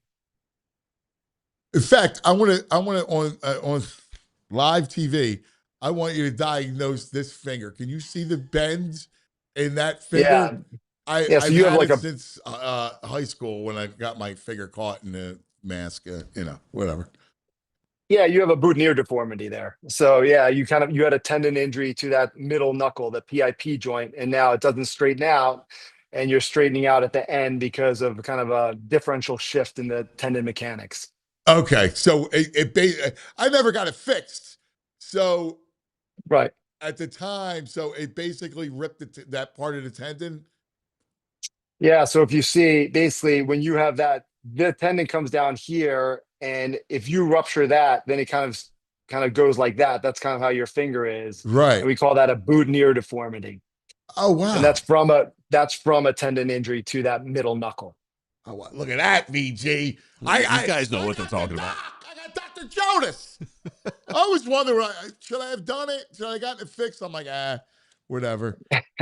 So for a guy like Maxey, let's talk about this, right? For a guy like Maxey, who obviously you need him to shoot the ball, how much impact will this thing have? I mean, it depends. I think it really depends on how bad the injury is and, how extensive the tear is. I think fortunately it's on his small finger, right? So Right. in terms of if you had to have a finger to have it on, I think that's the ideal finger, but it can make your finger stiff and that can affect ball handling and things like that. And your shot, your everyone, mechanics. yeah, exactly. So it depends how much he uses that small finger for his shot and his release. But I mean, I think it does have an effect. Hopefully, it's not as bad of an injury, What about the risk to re-injure? How like significant is that? Yeah, I mean, if it's a complete tear, there is some risk moving forward to re-injure it until it's fully healed. If it's a partial tear, then I think the risk is much lower because you have some remaining intact tendon. So again, I think it depends on the severity of the injury in terms of how likely is it to recur. And I guess what would be the timetable, depending on severity? Obviously, the timetable is going to go up and down, which you're not privy to, but like a broad kind of length. Yeah. So, I mean, if you have a complete tear, a lot of times we will immobilize patients for about 6 to 8 weeks, and then start moving them at that point. Now, sometimes you can move more aggressively in certain scenarios, professional athletes. But if we're going to go the normal route, it's usually immobilization for about 6 to 8 weeks and then starting therapy. So, Doc, how many procedures will you do today? Today, I think we have a pretty light day, so I think we only have about 7 procedures, but it can go up to 20 or depending on how busy the day is. Wow, 20 procedures. I was like a light day 7. Why no? 7 operations seems like a lot. I'm in awe of you. I really am. I'm in awe of you, Doc. I mean, that's incredible. Yeah, no, it's a really efficient practice, so we're lucky like that. Are you completely at the end of the day? Is your brain like just completely fried? Are you just emotionally drained from because of the concentration that you must have to do that many times during the course of a day? Yeah, I think it's like anything, you get used to it, right? I mean, if you're working all day, you're tired at the end of the day, but you kind of trained yourself to do it. And so we got good people around. It's a fun day, and we're helping people. So Doing God's work. it's a good job. That's right. You're doing God's work, Dr. Jonas. We love our doctors from Rothman, man. Oh, you're terrific. You got to come back and see us, okay? I would love to. You're the man, brother. Best to your son. Thank you. Thank you. Good. Have a great day. All right. You Thanks too, for having brother. me. There he is, Dr. Jonas. Nice guy. Yeah, he's Really brilliant. Yeah, Can he's you a cool imagine guy. doing that? No. 7 procedures. Then that's a light day. Is a light day. Like 20 in a day? Yeah. Oh, Like, man. what are you doing to that? Like, what are you like? You know, I'm gonna have doing a 20 couple beers. marketing? I got 20 beers. He's doing 20 surgeries. All right. No wonder I live in 600 square feet. Drive a 24-year-old car.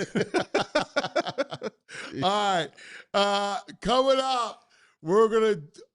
What a story! The story yesterday was Phil Martelli Jr.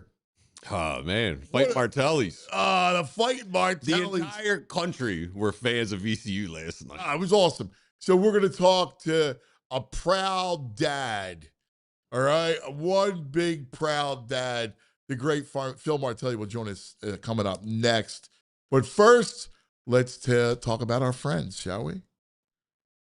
Let's talk about How about Parx Casino? The madness continues for day 2 of the tournament. And again, we spent all day yesterday there.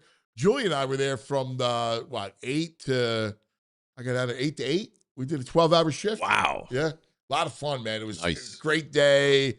Sportsbook was hopping. There's all kinds of basketball dignitaries. Just a lot of fun, man. A lot of great times. Like you got Mark Jackson was there. Jimmy Lyman's coming. You named Vic Girardi, who was unbelievable. Food. We had some chickies and we had all kinds of stuff and drinks and beers everywhere. Nice. Chance to win a Tyrese Maxey basketball autographed. Same thing, AI autograph ball, jerseys, all kinds of stuff. The human slot machine. It was all there. Check it out. You can't get there, the BetParx Sportsbook app or ParxCasino.com. For all things Parx Casino, you got to be 21. If you have a gambling problem, please call 1-800-GAMBLER. Look, you want Jalen Carter out catching passes? No. All right? Come on now. Not worth the risk, the time, the money. Keep your stars focused on doing what they do best. Same goes for your business. You don't want your top people buried in operations, tedious, time-consuming, redundant activities that wear them down. Togo can help any business look to reduce operating costs, from customer service and accounting to order management, logistics, admin, data entry, even complex multi-step operational processes. We take it off your plate. Every Togo program includes dedicated staff, custom automations, US-based process engineers who act as your quarterback, giving you complete control, total transparency, and instant efficiency. At Togo, they turn your playbook into performance. You call the plays, we execute. HarnessTogo.com. Scale smarter, work faster, stay focused on winning. HarnessTogo.com. So our friends from Togo are terrific. Great people. We're gonna get to we're gonna talk to Phil coming up. TV Todd a little bit later on. We love my man TV Todd coming up. It'll be a lot of fun. But we'll be in hoops heaven. Tony the ref's going down because the celebrations. We have the East Regional first round. Yes. Not the regional, the first round games. Yeah. That's fun. A lot of people Friday, heading down. Today and Sunday. I may try and grab some tickets for Sunday. If I want to see if it's UCLA UConn, I think I want to try and go down and catch that. Why not? Yeah. That'll be a good game to see live. Yeah. You can Hurley and Cronin. Yeah, going at it. That'd be a lot of fun. 2 of the more abrasive guys in college basketball. Yeah, well, that's Dick Girardi's guy. Cronin. I'm a big fan of Cronin. Yeah, I like the way he does things. He's out of his mind, but I don't know. I like him. Yeah, I guess he's one of his track buddies. Oh, nice. Like ponies? One of the track guys. Sweet. I like him even more now. Yeah. He's the character. Yeah. If I had a kid, I'd send him to Mick. You know? Yeah, Yeah, he rides them. He rides them hard, like oh man, well, he ejected his own dude. I mean, come on, that was incredible, but it was so much fun. I don't know the energy that thing is still one of the great spectacles. Yeah, man. It is like as much as I think about things from sports, you're always like, well, I was better than. People always say that. The tournament still lives up to it, man. It's still great. You're raftery, like it's just all of them. Yeah, I love it. For me, it's. I love Raf. Raf's the best. Yeah, he's the guy I want as my grandpa. He's the greatest. Yeah. I mean, that thing is a spectacle. And there was no better spectacle than watching Martelli, all right, pull off the major upset down 18, right? Like, second half, 15 minutes to go. It was incredible. We love the fight Martelli's of VCU and a proud papa on the Xfinity mobile call-in line. That's right, Phil Martelli Sr. Yeah, congratulations, brother. Woo! Thank you. What was it? Fill us in, man. What was that whole thing like for you?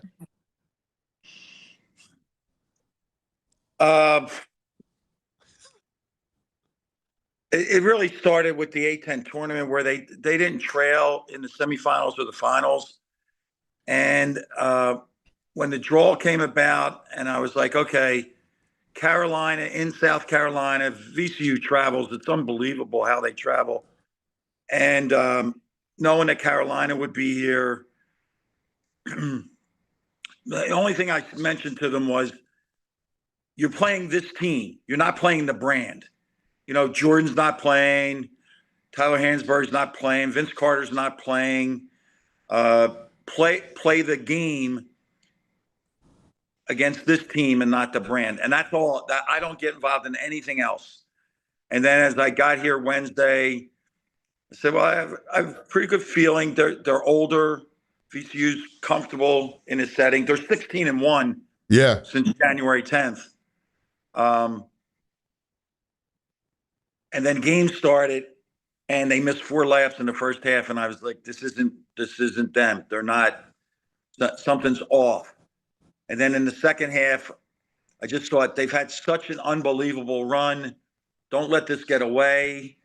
I start doing the math in my head and I was like, if it can be 10 at 10 minutes. Yeah. And then if you can make it a 4-minute game, maybe, but the big hit from Carolina was spectacular. And there were little hiccups along the way. But then when it started to come, it literally was a tsunami. It came at them. And he went with 3 guards, which he's done before, but he went with 3 guards, and they just started to drive the ball. It was, Anth, I have to crack up. On my other line, I just got a message from Charles Barkley.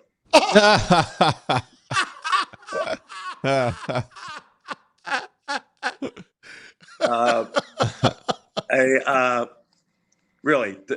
So far today, I've heard from Vince Papale, Charles Barkley among the other 300. But Vince told me that he thinks VCU is invincible.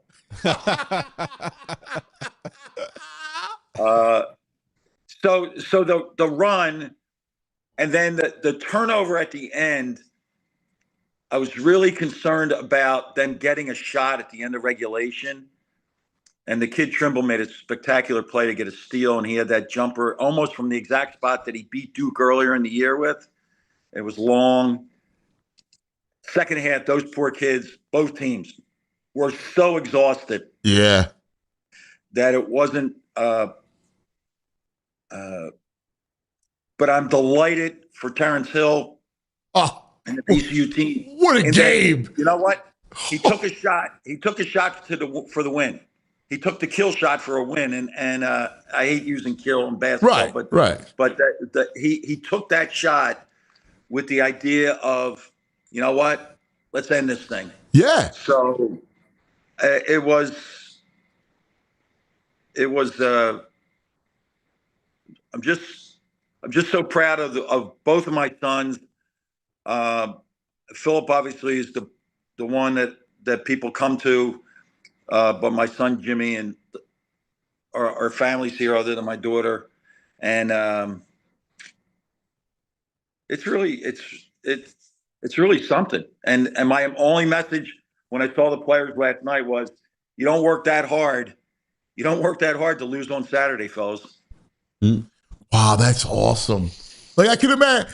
You know what's is interesting? What comes to mind is a scene in The Godfather when he's talking about when Michael says, "Hey, if there's no better consigliere than my father," and I'm imagining like I know you know you know it better than anybody, and you're like, listen, I'm going to step aside, but having you as someone to counsel him in this moment, I mean, it doesn't get any better than having you here. It's a beautiful story.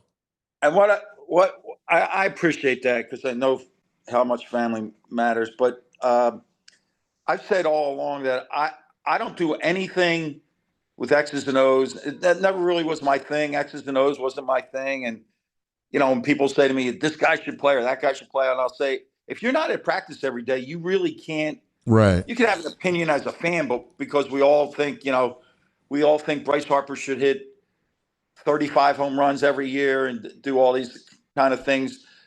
But unless you're there every day, you don't know. So I don't. What I do, is I watch how they deal with people.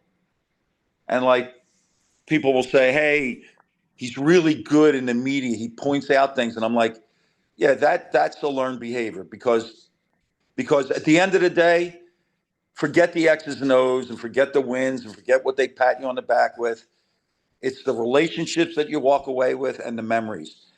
And both of them have remarkable relationships with the president of the school down to managers. And if I ever saw them make a left turn there, then I would step in and I would say, no, that's not how we treat people. That's awesome. That's good. Incredible advice. As a father, as someone who's done it at a high level, and then you see your sons involved. When you're watching the game, when you're watching that game last night, are you almost more nervous for them than you would be if you were there? It is. I can't even describe it. I had a whole routine when I was coaching, and the day of the game I would be tight, but I could do things. I could read the newspaper. I could get away. I could sit by myself, collect my own thoughts, and when I got to the arena, I did a whole routine with my prayers, and then I went on the court. Once the game started, I was fine. I was going to work the referees. I was going to make my timeouts. I was going to, but I never got that same anxiousness that I got on during the day of the game. This sitting in the stands, it's unbelievable. And really, on January the 10th, they were 11-6, and I was looking at it and saying, you know, like at best, the Atlantic 10 is going to get 2 bids. You're on the bubble right now. You're on the bubble, and they've gone 17 out of 18. And I'll admit to you, because you're a dear friend, on those 18 days, I haven't eaten before the game because my stomach is it's way more. It's way more. And the other thing that adds in is you hear things when you're sitting there. You know, like somebody, well, why don't we double the post? And you're like, I get, man, it's really, it is. It's very, very tough. That's so but beautiful. I wouldn't trade it for anything. I wouldn't trade it. I mean, it's so beautiful. Like and I can imagine your angst. Like just, I got 2 boys and I watch them, they're both sports kids and when they're, playing football or baseball or basketball and I'm sitting there and I'm nervous as anything. I coached the kid in basketball and I'm like, just nervous. I can't imagine at this height of a level, like of all the attention and everything. Imagine like it's got to be. I can imagine you not eating, and it's got to be just excruciating because you have no control. You're just praying for them. No, that's all I do. I pray. I pray that I really do. I pray that both teams play without injury because I Yeah. think every kid deserves a chance to play maximum number of games. Uh, and I really do. I hope that both teams play well. And obviously I want VCU to win, but I hope that both teams play well, free of injury, and that at no point in time do I want my sons to cross the line and really disrespect the name that we've all been given from the the other generations. And Anth, you know him, and there's absolutely not a moment that I'm sitting there that I don't think my father did this for all that time, and it's a big deal. It's a huge deal. It's a huge. It's man. It's beautiful. It just is. And watching him last night, like I just see you. I'm watching him, but I'm seeing you. And like there's such great pride. Like he's got three local guys on the staff. Like it's awesome, man. It's just it's Martelli's. It's Yeah. another generation. It's Philadelphia. It's the Italian. It's everything. Like it's beautiful, man. And the next one's in the wings. The one that used to dress up in the suits and everything is now a sophomore in high school. And if you said to him right now, you could skip the rest of high school and skip college, and you're just going to go on a staff, he would sign up right now. It's awesome, man. It's in your blood. It's so part of the bloodline, that sport. And you know what's cool is I was watching the tournament all day yesterday, and I was thinking, this thing is still awesome. It's still a spectacle. Yes. And as much as, we could all go, it was better than, this was better, all that and all that. It's still awesome. It's a great thing, man. You know what I shared with somebody the other day when I was at their open practice? I said, the beauty is this. When the ball goes in the air, and we all know that it goes in the air at 12:08 on Thursday, and it's going to be wall to wall for the whole weekend. You know what? There was not one mention. In all those hours of, I wonder how much that kid's getting paid. Yes. There was not one mention. Yes. Of, oh man, every kid can leave. Now, Tuesday, Wednesday is brutal because this kid entered the portal. Well, the portal didn't open yet. How could they enter? And how could they have a list of schools? So we have all of that. Yeah. But you know what? We can get back to that on Monday. Yes. We can get back to that on Monday. Yes. The ball in the air. 5 dudes on Carolina, 5 dudes on VCU, 5 guys on Utah State, 5 guys on Villanova. And may the best team win. Oh, and I love it. Does it get more poignant than Phil? No, he's I freaking love it. I freaking love this. So what do you say now? Let's look at tomorrow, and what how do you formulate it? What is, again, how we would perceive your advice? I know you're not. Well, there were a couple of things that I did share late last night. And people could say, come on, that's retrospective. But the only reason we didn't go to the Final Four, Oklahoma State was really good. The reason we didn't go to the Final Four was managing the day after. So we won late. Right. We beat Chris Paul and them. We won late. We got back to the hotel at 12 o'clock. We had to get something to eat. We had to get scheduled. And we had to start our scouting reports and that kind of thing. But we then had to be back at the arena for media obligations. And we practiced, but we didn't have everybody there completely because there was a physical and a mental weariness. I just said to him, to the whole staff, really, that if you go to the arena and you're not ready, don't think that that's your practice. You can go to Furman or Bob Jones University or somewhere and practice.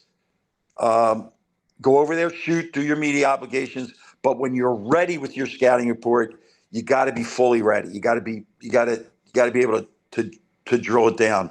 So the only thing that I found out this morning is that they moved breakfast back to 11 o'clock. They're going to go over to the arena at 2 o'clock. They're going to come back at 3:30. And the other thing that I've said is, like all of us, right? Both of you guys and I, what did we do all day yesterday? We watched basketball. You can get basketball drunk. Yes. You watch every freaking game, Yes. right? And if the kids are sitting in the hotel just watching game after game after game after game after game, they get drunk. Yeah. They really do. Yeah. And you have to have something else that will kind of pull them away. So it's really good. It's really good because I'm not that I'm checks and balances, but I just know I don't have to be listened to on everything, but I do hope that I'm heard, if that makes sense. Yes. Yes. Listening to another degree, but as long as I could just say, these are some thoughts, and another thing is, and I pride myself on this in our family. We answer every text. We answer every email. So I said to him at one point, go with pick a time, answer them, make sure that, because those are in the good times and the bad. Right. I could say to the aunt, like, after St. Joe let me go, I probably had over the course of 3 days 1,000 texts. If I answered you before, I'm answering you now, and it's quick, and it's thanks, appreciate you thinking up, boom, and take the time to do that, though. Take the time to do that. It's so amazing because I remember texting you Yeah. and feeling bad that I didn't want to bother you, but I was like, I got to text them and tell them how much we love them and I love them, and I'm upset and I want him to be well. And you always. But I think it's a testimony to the people. You've always valued relationships, people. No matter what was going on in your life, you were always about the collective and about the people. And I think, that message is a beautiful one, because in sports, especially, you need that. You need the support staff. You also want to, when you're up and you're feeling good, to let everybody know that, hey, come for the ride. Like when you were going through the ride and I trailed you guys, it was awesome. And you were so inclusive with everyone, which I thought was beautiful. I've always loved that about you. It's interesting you would say that. And you can't make this up. I'm talking to you. Charles chimes in, and now the phone's ringing, and Hoop's wife is on the line.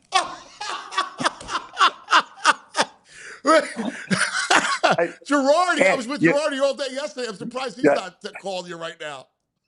He's been on there a couple times. I got a letter one time. Think about how long ago this was. Actually, somebody wrote down on a piece of paper and mailed it to me. And the guy said, I'm not all the way in the circle, but I'm close enough to get this feel. So I want you to understand what I think of you. And he said, I think you're a bus driver. And I was like, so I kept reading. He goes, literally, you drive the bus and you stop at every corner and you open the door and you ask anybody that's on that corner, you want to come along? Come on. He goes, you never turned anybody down. open practices, as you know, open practices.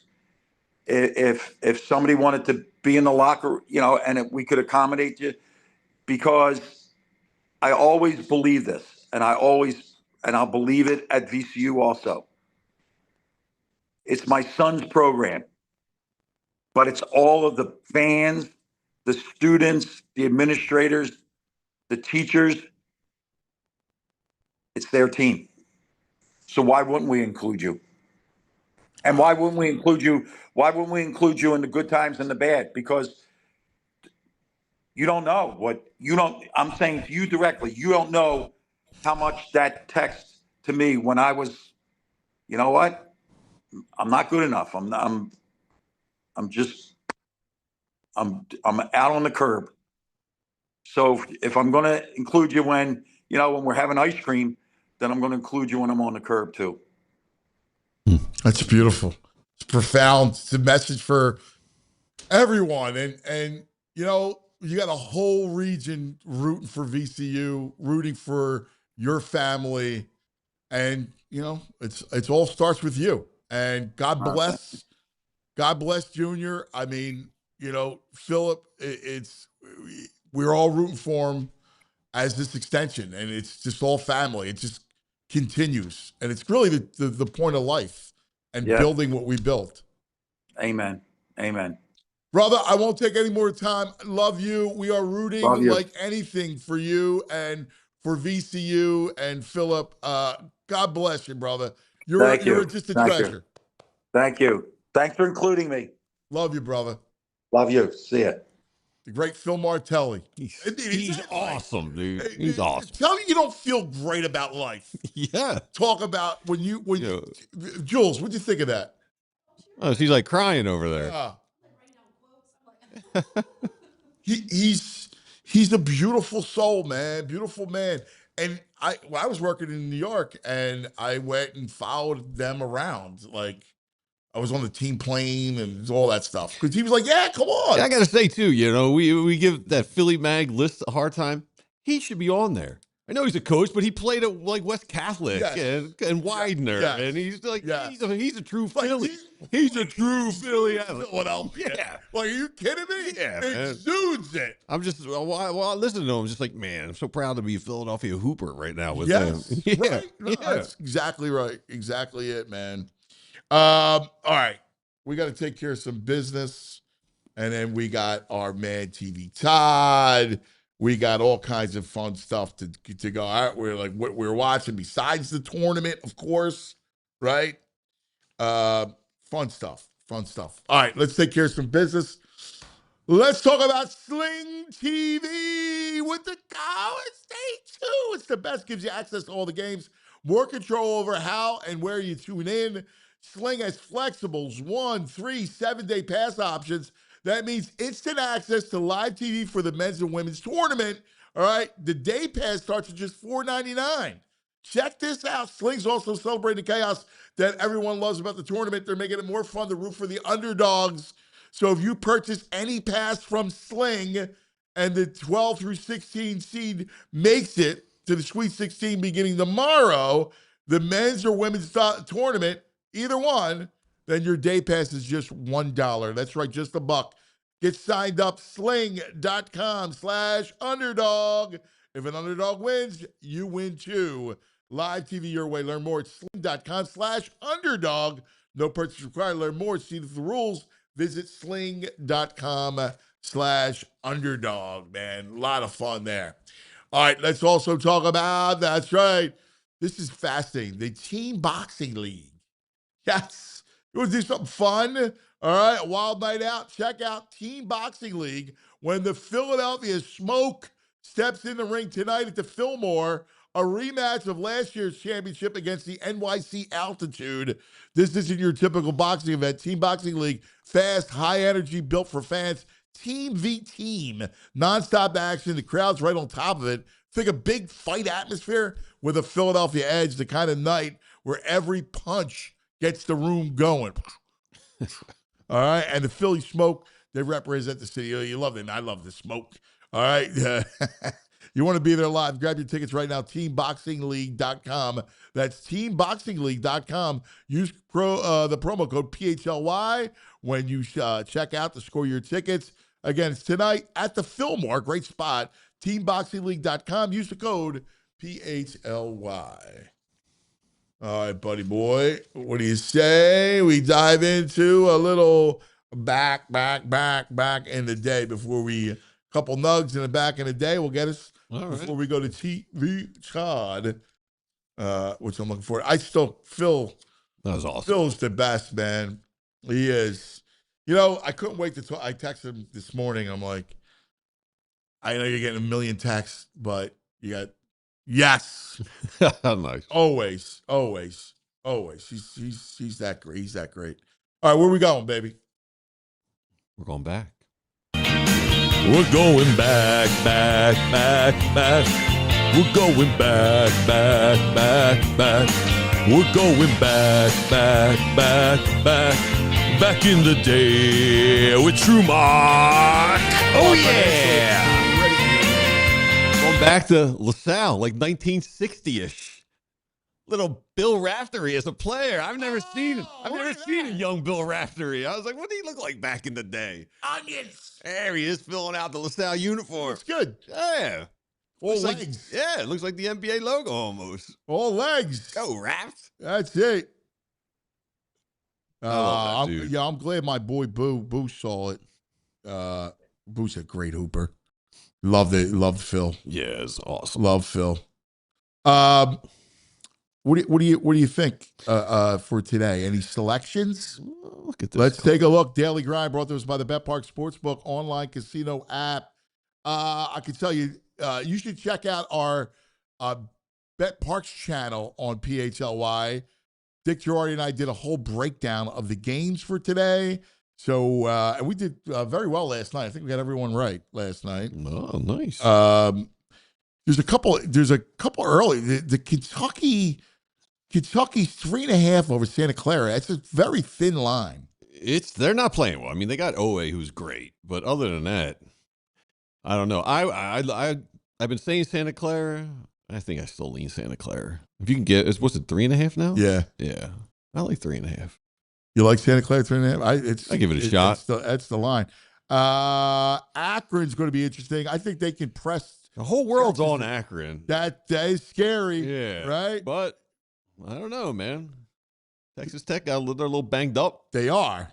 And then Nova today, 4:00 again against Utah State. Yeah, I don't know what the Arizona line is, but just roll them. You like Arizona? It's a huge line. It's like 30.5. I think they are destroyed. Huge line. Alabama's 11.5 over Speedy Claxton. Yeah, I don't get that, especially with the weed guy out. Yeah. By the way, Lean Hofstra. St. John's only 9.5. I know. That's not a small that's not a huge number. It's going to be a game.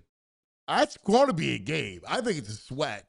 Yeah, I think it's going to. I know Devon was like looking at Johnny's. I think it's you sweat. think Johnny's are a little muscle them up a little bit, better conditioning. Like you could say all you want that I'm going to force tempo, but as long as I break my press, I can dictate.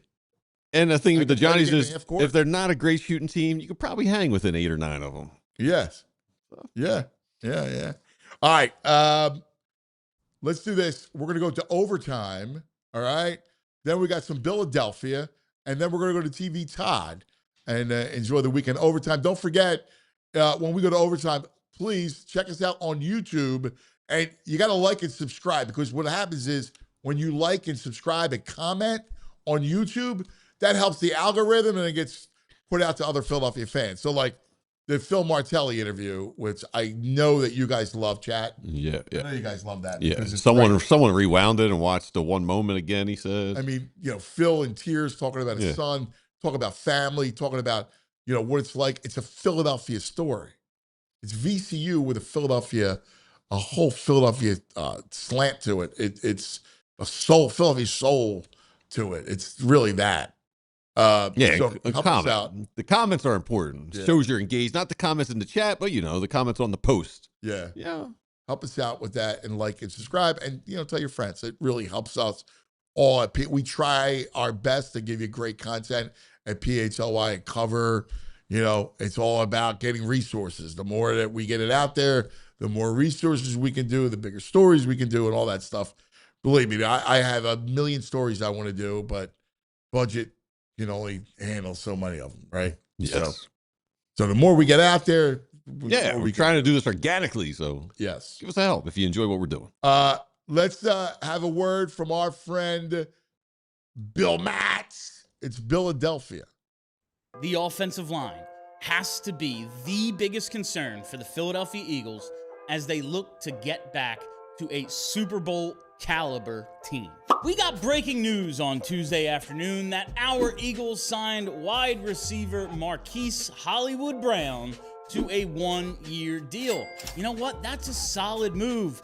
With the departure of Jahan Dotson and the status of A.J. Brown still a little murky, the Birds need pass-catching depth, and a 29-year-old receiver with a 1,000-yard season and 33 career TDs on his resume, that certainly qualifies. Brown can stretch the field a bit, and he can make plays in space, and he's overall a solid complement to Devontae and Dallas Goedert. But this Eagles passing game, when it has been successful in the past, has relied heavily on big plays.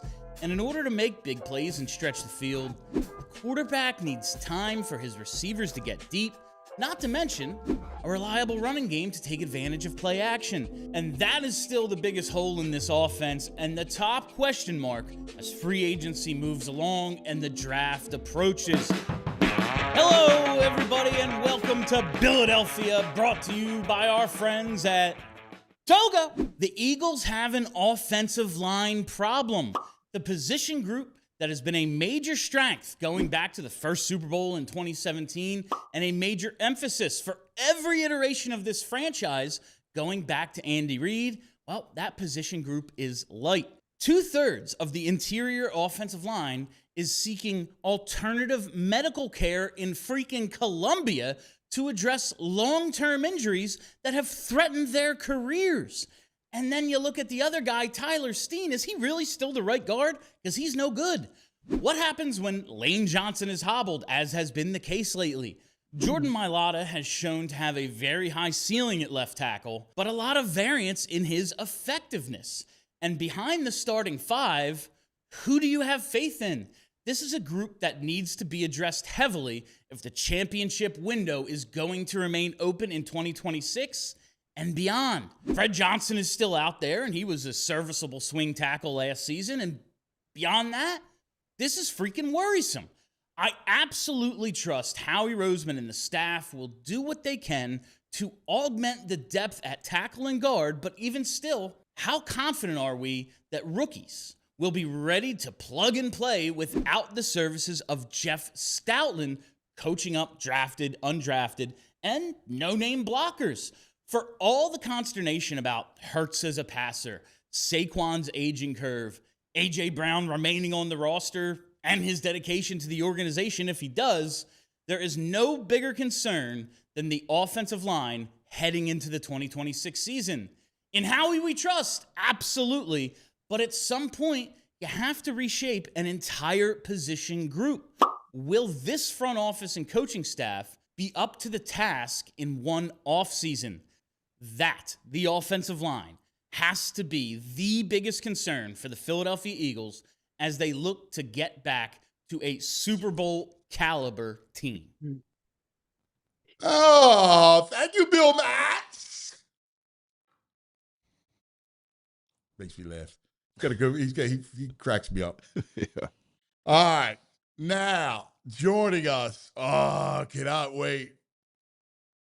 On the Xfinity Mobile call-in. It's not a Friday without our buddy. No, of course. I look forward to this. Listen, he's been telling you the Flyers are good, right? Like, he's been telling you to enjoy this stuff. They won again last night. Another shootout. Yeah, they're the kings of the shootouts. They are. They used to be the Drek of the shootouts. It's amazing. TV time on the Xfinity Mobile call-in line. Act like a man. You can't handle the truth. It's time for TV time. As we always do, buddy, Let us begin with the Fly guys. Let's Because go they Flyers. win again. 7 of 8.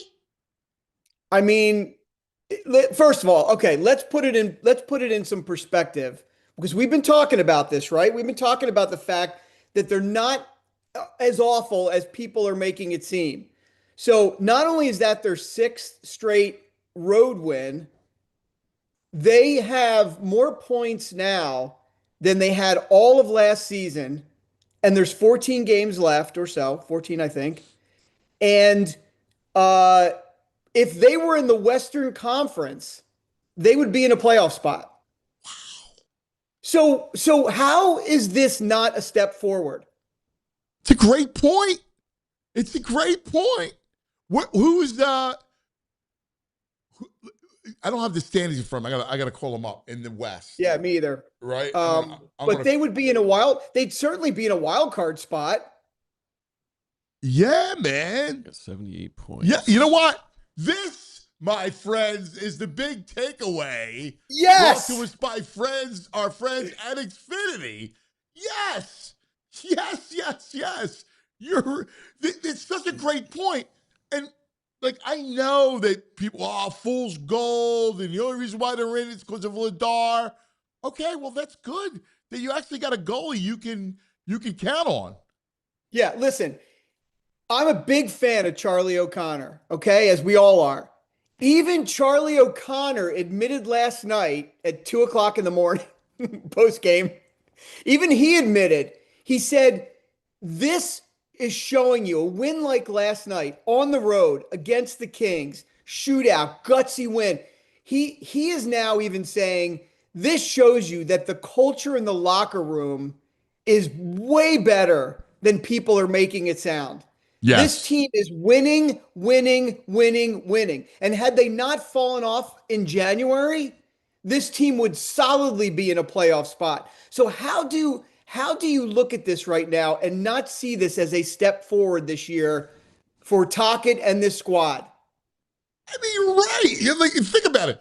And like, listen, yeah, we love Gautier and the whole thing, and everybody ducks. And they have all that young talent and everything. Right. They got 78 points, and the Flyers got 78 points. And Cutter is 0-4 against the Philadelphia Flyers. Yeah, he's great. Listen, he's a great player. I still take Cutter. Yes. No, but yeah, that's Cutter's not great. the point, right? But that's not the point. Cutter's great, but it's time to start looking at our team and start saying, okay, we got something special starting to form here. And we all knew that this next year was going to be the big year because this offseason is super important for a variety of reasons. But what do we, I don't understand this. I mean, I get it. We're not going to make the playoffs likely, but this is a big step forward for this team this season. Well, Todd, I think if I can speak as devil's advocate, sure. Some of the frustration, this hot streak seems to correlate with Michkov playing his natural position. And why did we spend half the season with him at left wing? I mean, that was a frustrating point of contention with a lot of the fans. Well, listen, I'll say this. The way I look at what fans think versus what goes on inside the locker room is completely different. It's easy to sit on the outside and to make comments like that, but we don't know what was going on behind the scenes. We don't know. I mean, Tocchet is a brilliant hockey coach. Do you think he doesn't get that? Like, that the fans know more than Rick Tocchet? I don't think so. So I think the problem is these things kind of get their own steam. And yeah, maybe he was trying some other things. Maybe he thinks long-term success for Michkov may have been on the other position. But, I was willing to let him experiment with that this year. Did you get a chance to hear Phil Martelli? Yeah, it was great. What did Phil say in the middle of that interview? Well, he's unbelievable. He said, listen, he goes, unless you're at practice every day and actually understand what's going on. We all think we understand, but you also have to realize that and admit, I know if there's any right, and admit that if you're not at practice every day, you don't really know what's going on. Yeah, but we saw the kid show signs of greatness at the right wing. he has said he's more comfortable. He'll try it for the team, but he prefers right wing. So what are we doing? And now that he's back to where he likes, Zegras at center, I mean, is what people have been asking for months. If you think there's a possibility that I need for long-term team building and team health that this other way, why not try it? Because it's just not his position. Well, why are you going to screw it a kid his second year, changing countries and stuff? Why are you going to reposition him? That's a lot to take over the culture and everything. Again, it's the other side. I'm just playing devil's. I'll play devil's advocate. Devils. I mean, think about it, Todd. You know, for long-term team building, that may have been what they might have needed. All right. Yeah. I think that's the thing. Is the point? If you need a left wing for team building, then trade him for a left winger. And the guy's not a left winger. He's told you he's not a left winger. But you have to. Your point. I mean, your point is well taken. You're not wrong, but at the end of the day, we don't know what we don't know. You know, like Cuz said, we're not there every day. I refuse to believe that the fans know more than Keith Jones, Danny Briere, and Rick Tocchet. And so, listen. They know. Listen, you're also discounting the fact that Mitchkoff was in terrible shape, and he's finally starting to be in season shape. So at the end of the day, it's a lot of factors. Here. So what? Only out of shape guys play left wing. In shape guys play right wing. No, I'm saying if you were experimenting, let's experiment. All right. Listen, he was never being traded. But you can try that in the preseason. But sometimes I don't know. Sometimes you want to see it. Like Zegras. Look what happened. Nobody expected him to play like this and have this kind of year. I agree. You got to see it. You're at the point where you got to try certain things. Sometimes you're going to be uncomfortable. Sometimes you got to be open to things because you never know where you may wind up. I mean, Tocchet tried Emil Andre at forward last night for a couple shifts. Yeah, but Emil Andre's Emil Andre. We're talking about Michkov, the future. We're repositioning him.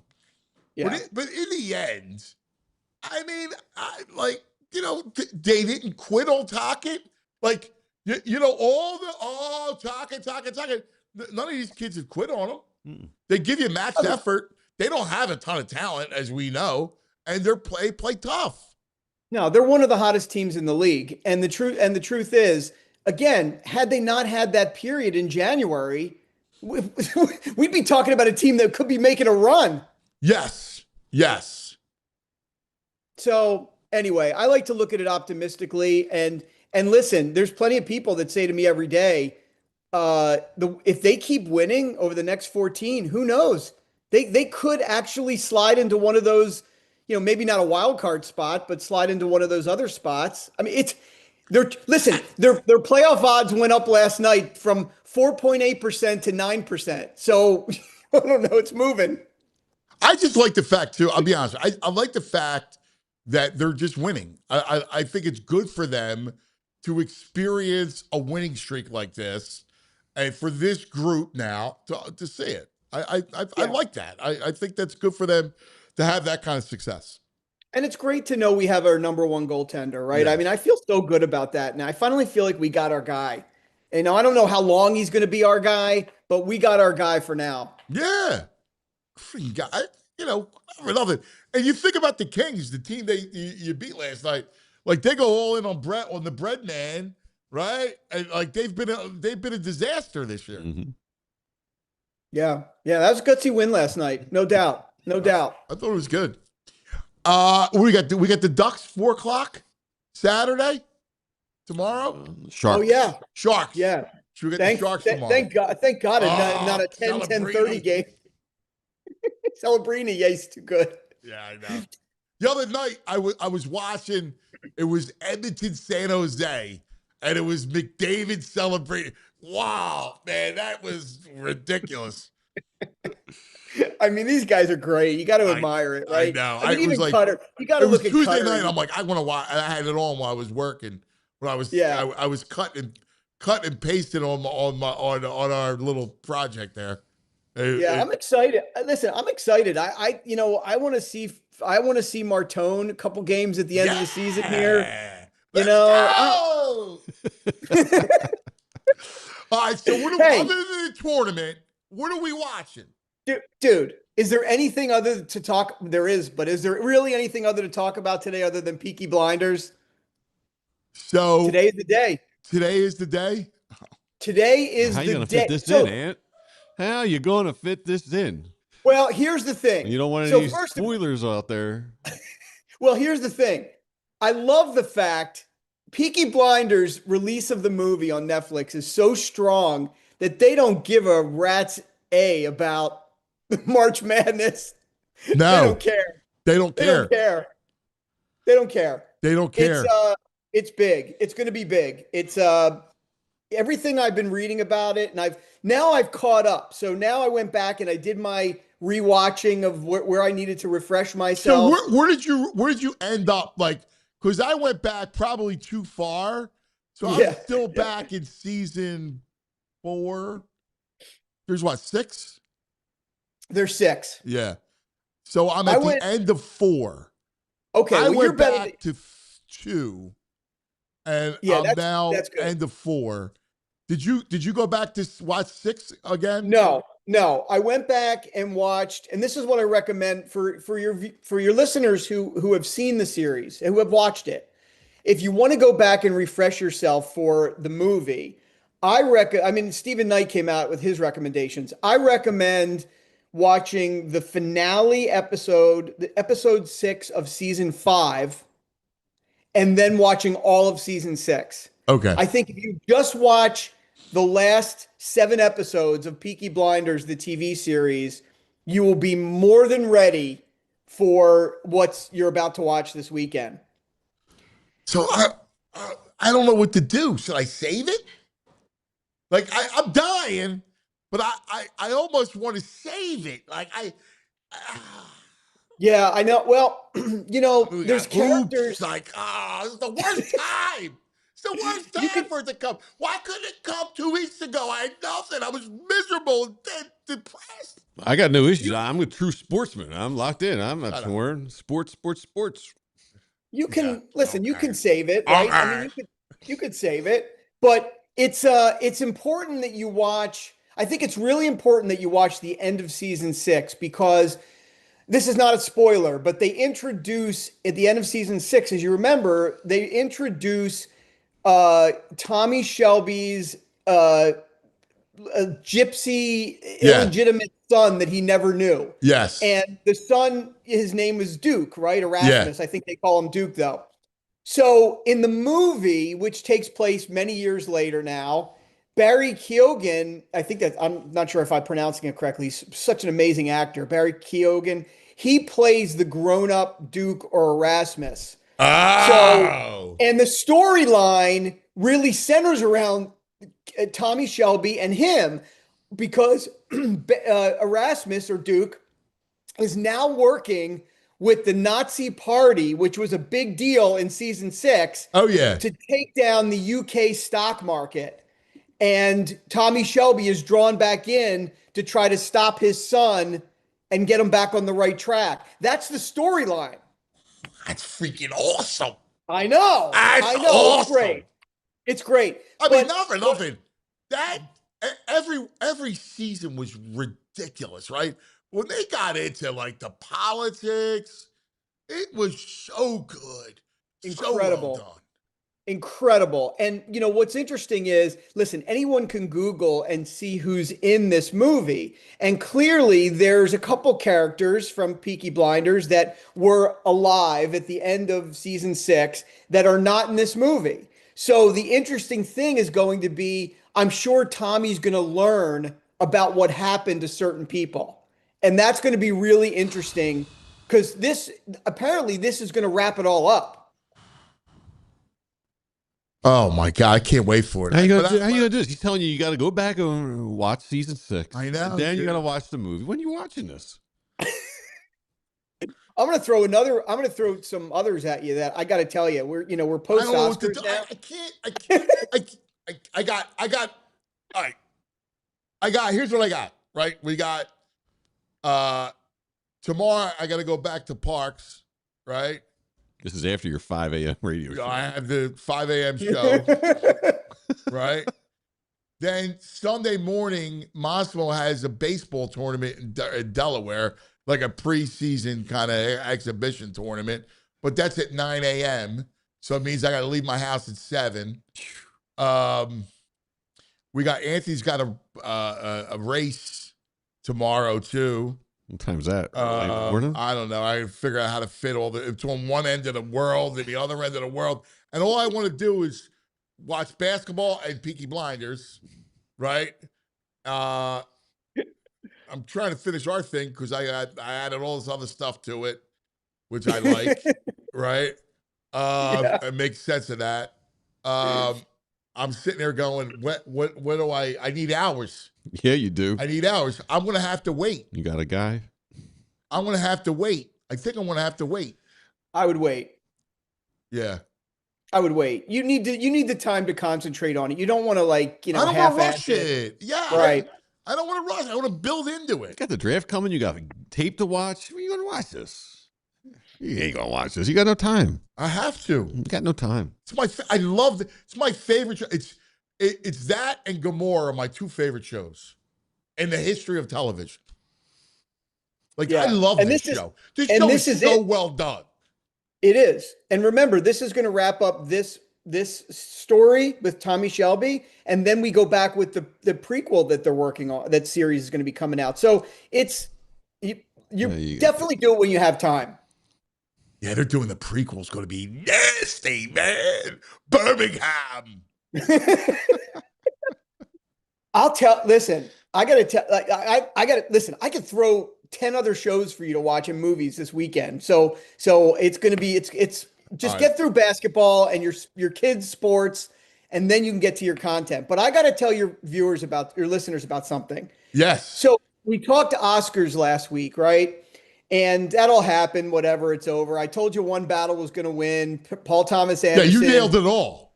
Yeah, and the truth is, Paul Thomas Anderson, he probably, part of the win was probably to celebrate and commend his body of work, because he really deserved an Oscar probably many times earlier. So great. I'm glad to see a guy like him. He's a real genius filmmaker. But I watched 2 films that didn't get a lot of love during Oscars themselves that I'm telling you are phenomenal. And cuz these 2 movies you need to add to your list, because you will appreciate them more than most, I believe. And the first one, we talked briefly about it last week, but I finally watched it, The Secret Agent. Oh. Incredible. Did you see it? Incredible. Incredible. Just a cool piece of filmmaking, fascinating, 1977 Brazilian political unrest. And this one guy is seeking sort of witness relocation because he was involved in with some bribery where he was in the public school research system, and they were stealing money to bring it to private industry. I mean, I don't want to ruin it. It's really, really good. Wow. Really. I heard it was amazing too. And the dude who stars in it played, he was the one that played Pablo Escobar in Narcos. And he is so good. Who directed it? I don't know. I'll have to look that up. Incredible. Wow, the guy that played Pablo is a great actor. Great actor. And he's the star of this. That was one of my favorites. I love that show. I would put that on your list, cuz. And another film you have got to watch. I cannot believe this didn't get more love. I finally saw Nuremberg. Okay. Let me tell you something. So I saw it. And? Outrageous. It was, Russell Crowe was unbelievable. I watched it Saturday night. Tam and I watched it. It was so good. So everybody was unbelievable. I mean, it was I could not believe Russell Crowe's performance. He was incredible. Chilling. Yes. And then I started to watch it, and I thought, when it was over, I thought, wait a minute, that movie could have jumped to the top of the Oscars. Yes. so friggin' What? How good. come it wasn't released? Like that movie was great. It was a great movie. It's not even the release date. It's all about what the studios decide to put their money behind for marketing. Listen, the Oscars is nothing more than marketing.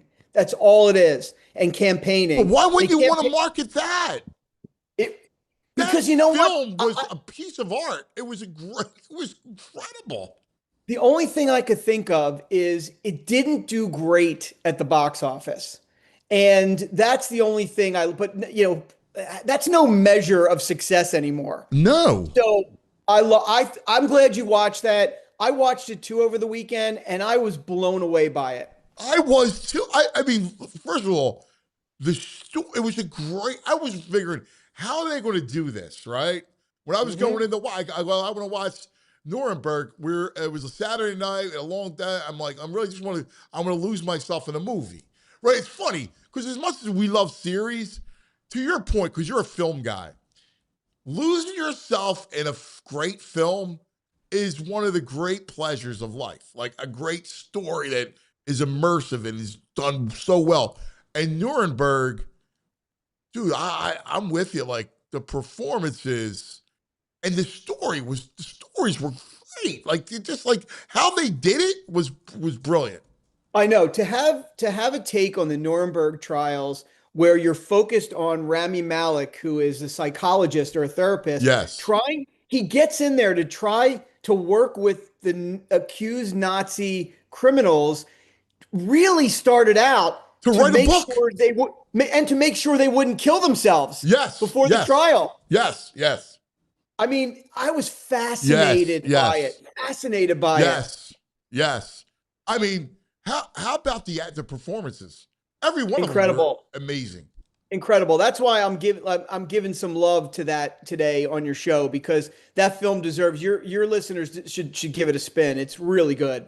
You're so right. And I meant to bring it up, and I forgot to bring it up this week. And it was funny. I'm like, all this stuff going on, I forgot to bring it. I'm so happy you brought it up because I wanted to talk to you about it. I was like, wow, man, like it was so, dude, you got to see it.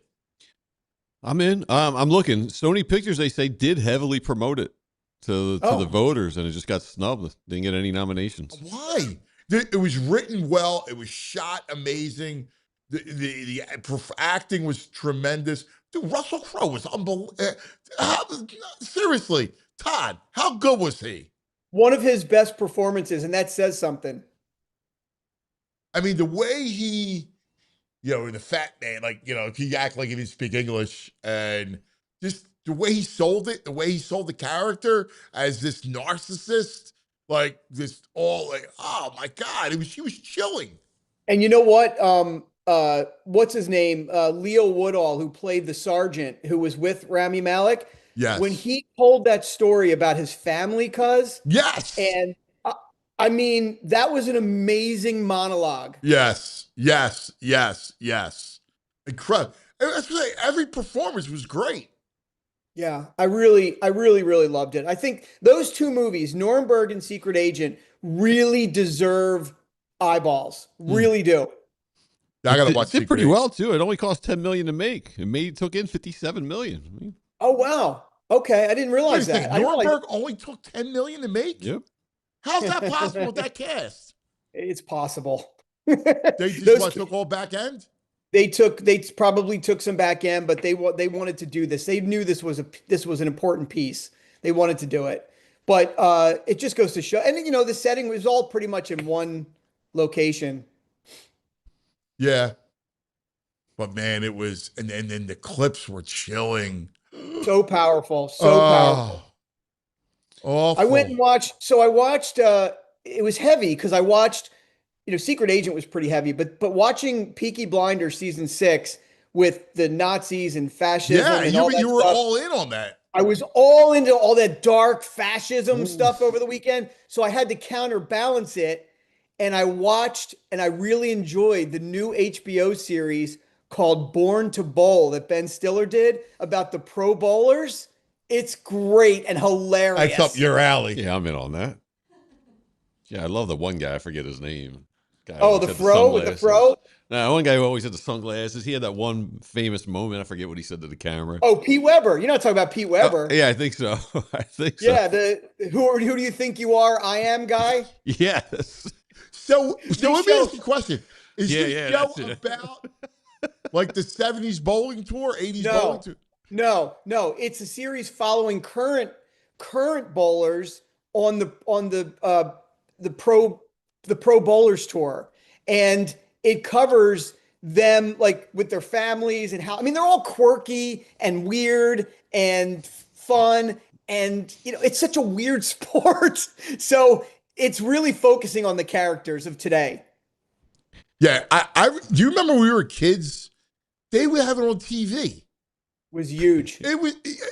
I used to hate it. I hated it. Right? Yeah. Earl Anthony. I'm like, he's not an athlete. To this day, I remember. Like, this dude's on his freaking bowler. And it used to drive me nuts. It would be like on network TV. And I'm like, why is bowling? I hate bowling. Yeah. This is a 4-part series, and the first episode's it's fun. It's super fun. But I didn't know this. Maybe you guys knew this. Like in the Pro Bowlers Tour, when they have big, US Open type events, I didn't know this about bowling at all. I admit this. Maybe I sound stupid, but I didn't know that what they do is they change the oil patterns of the lanes. They have this machine that goes down the lane. I didn't know that. And it randomly changes oil patterns that the bowlers can't see. So they have to adjust as they play around these invisible patterns. I never heard of that. I didn't know that. No, I didn't know. Was like they're making the greens fast? Yeah. Yes. Right. Yes. I didn't know that. I didn't know that at all. It's cool. It's fun. I like it. It's so quirky and fun. Hysterical. Freaking pro ball. Do you remember that when they were? I don't remember it on TV. What was like on ABC? ABC, yes. That wasn't during Worldwide Sports, was it? I don't know. I used to be like, oh, the frig, man, with the stupid bowling. It was big. It was big. It was on every Saturday, like, Sunday afternoon. They were like rock stars, these dudes, carrying their freaking bowling ball. And they cover that. They cover that like today too, where it's like they have these fans that follow them around. It's dude. It's like the poker jerk offs. Like right. Well, got the sunglasses, tough guy, freaking poker dude. Shut up! Well, I hate you with a bat. Hey, Tom, before I want to cover, we gave my buddy Jason a hard time yesterday because he dipped out on us on the first Thursday of the tournament because he bought his tickets for Project Hail Mary, like IMAX 5 weeks in advance, and he had to go see it. Project Hail Mary. So Fit Dad is also asking about it. My buddy said it's phenomenal. He's been waiting 5 years. He read the book. Fit Dad, he says, I may have missed it, but did Todd see Project Hail Mary? And if so, what were his thoughts? I loved it. Project Hail Mary came out, opened up last night. It stars Ryan Gosling because it is based on a very popular book. He's like a science teacher who wakes up on a spaceship, has no memory of who he is, and he has to kind of solve a riddle. And there's this mysterious substance that's causing the sun to die out. And people are really excited about this. It's gotten great reviews, like 95% on Rotten Tomatoes. Wow. And again, based on a big book, but I mean, that is the big release this weekend. So it's like just heavy sci-fi? Is it post-apocalyptic? Is it a series or just one book? No, I think it was one book. Yeah. And it's Ryan Gosling by himself in space. And he went on SNL last week to promote it pretty heavily, and I know people are excited. I'll read you the tagline. Science teacher Ryland Grace wakes up on a spaceship with no recollection who he is, how he got there. As his memory slowly returns, he soon discovers he must solve the riddle behind a mysterious substance causing the sun to die out. As details of the mission unravel, he calls on his scientific training and sheer ingenuity, but he may not have to do it alone. That's a good story. That's a good tagline. Sounds good. I check out the book. Yeah. I mean, I'm sure it's good. I'm just not sure I would be buying tickets well in advance. I don't know. Great though. Great. It's not peaky, man. It's not peaky. Not peaky. But I have to applaud people that are going to theaters and doing that. Who's in the movie in Peaky? So in the movie of Peaky, this is what gives it away as to who's in it and who's not. Yeah. So one of the characters that's in it that really surprised me is Johnny Dogs. Johnny Dogs is in it.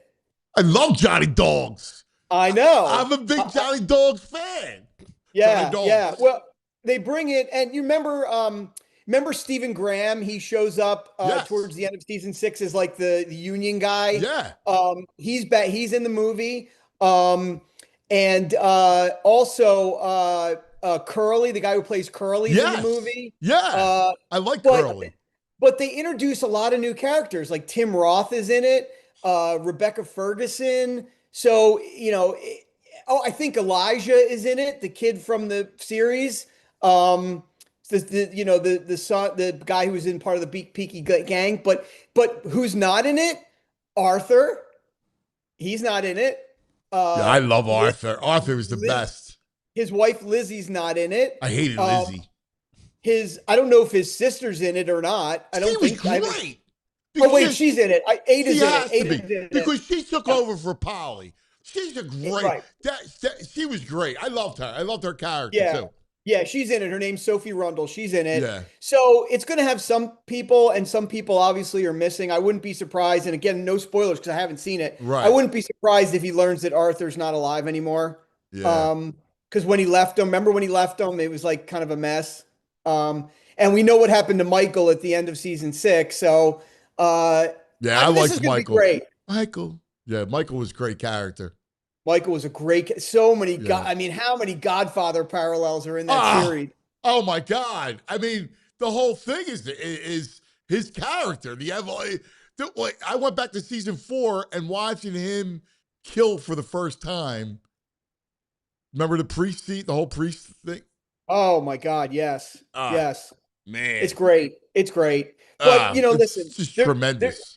One more lighthearted thing I'll leave you with. I mean, I could go on. There's a lot of things, but one thing I want to leave your audience with. If you want something lighthearted and fun to watch this weekend, Jury Duty, that television show, was a huge hit where they basically create a fake jury and a fake trial, and they bring in one guy who's unsuspecting, and he doesn't know it's all fake around him. It was a huge hit last year or the year before. Massive hit.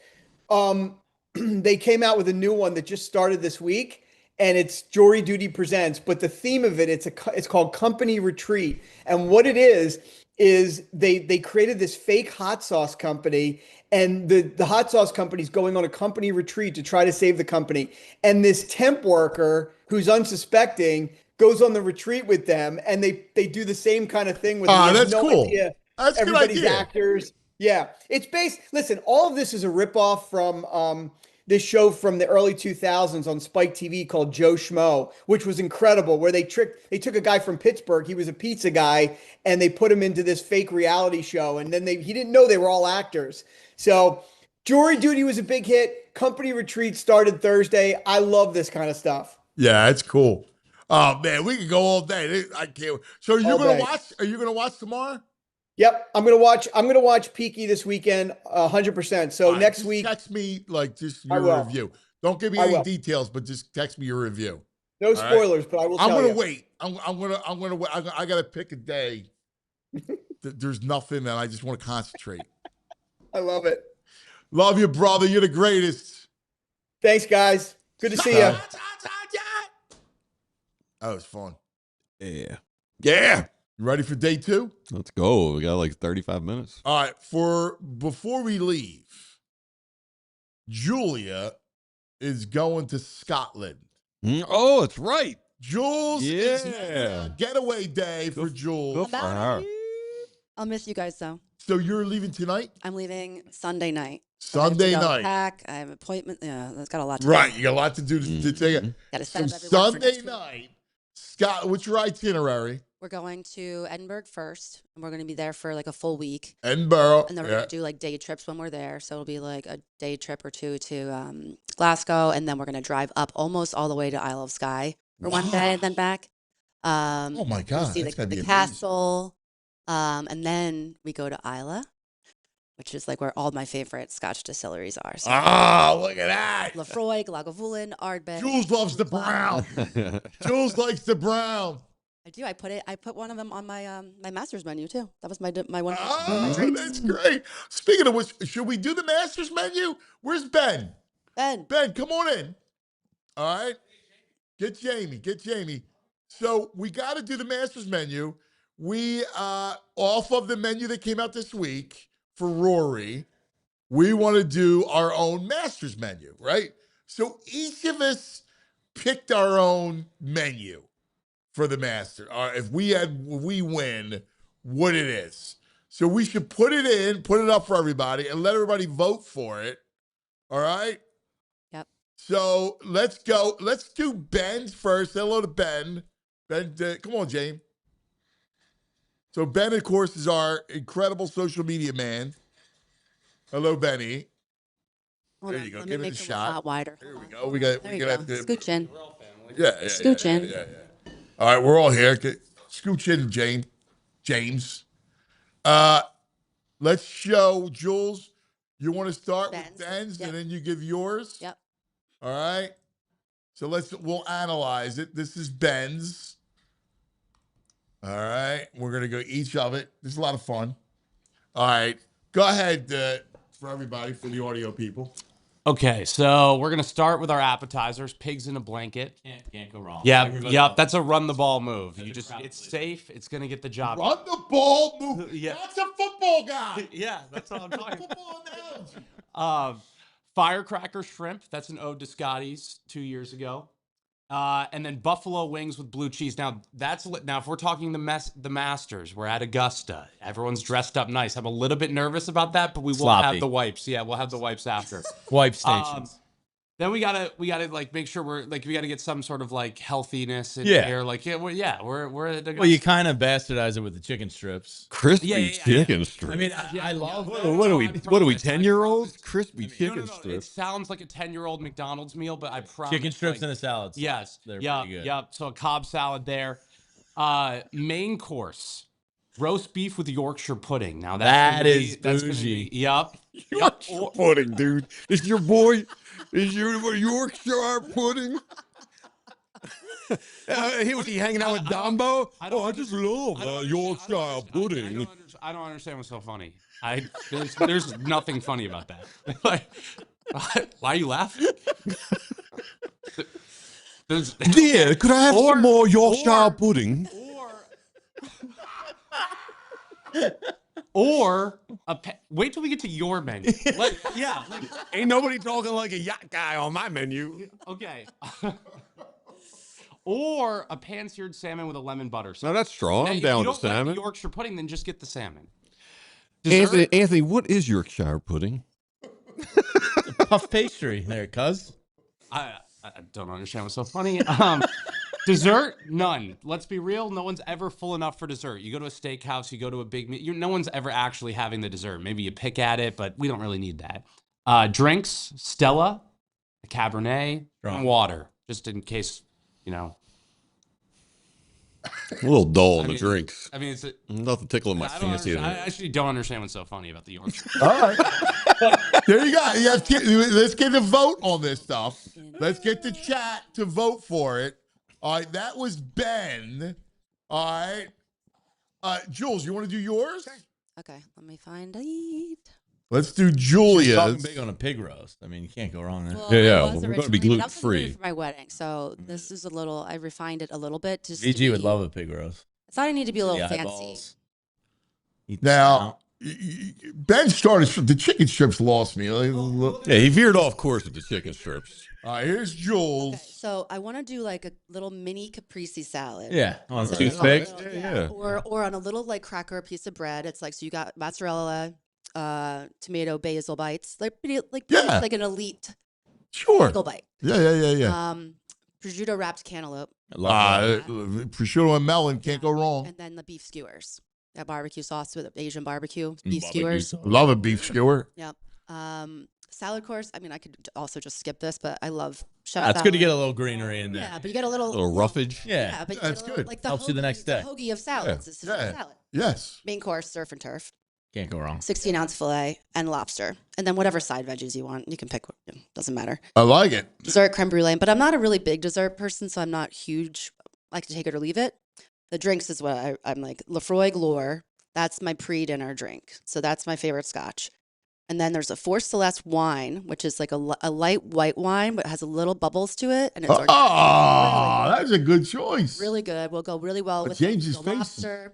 No, all right. I'm fine. Yeah, then you got to support get all alcohol. Yeah, you got to get Fernet to like a digestif. Yes. And then maybe if you're a little tired, like do an Irish coffee. Yeah. Love it. Love it. That's class. That's class. A strong menu. I vote Jules. Strong. I got no comment. That's a good menu. Strong menu. Strong menu. It's gonna be hard to beat. All right, VG. Mine is impeccable. Let's go to VG. VG. Bougie.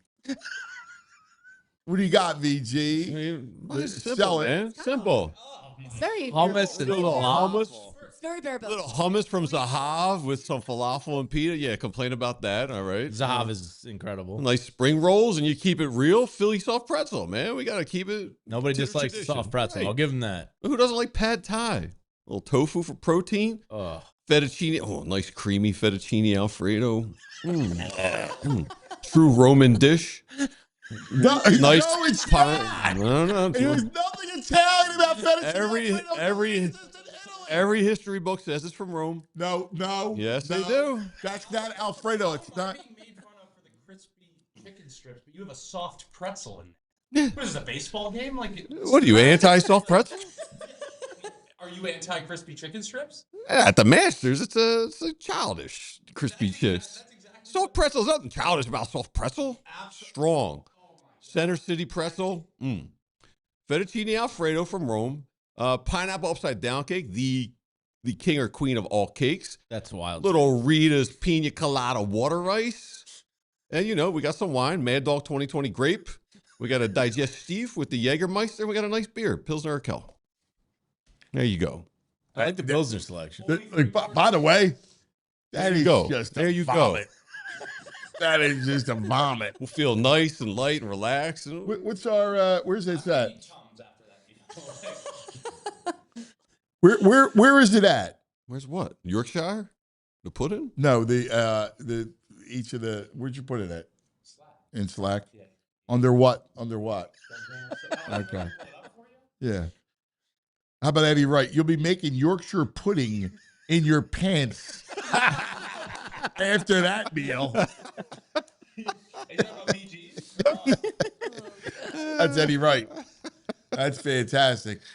All right, bro. What do you got? Step to the table, bro. I got a winning menu is what I got. We got a nice Pappy Van Winkle tasting flight. Early. Yeah, man. I'm a Masters champion. No expense spared. Appetizers, bacon wrapped scallops. I mean, everybody loves them. Mini Thai chicken lettuce wraps. Solid. Yeah, strong. That is strong. And then an assortment of East and West Coast oysters.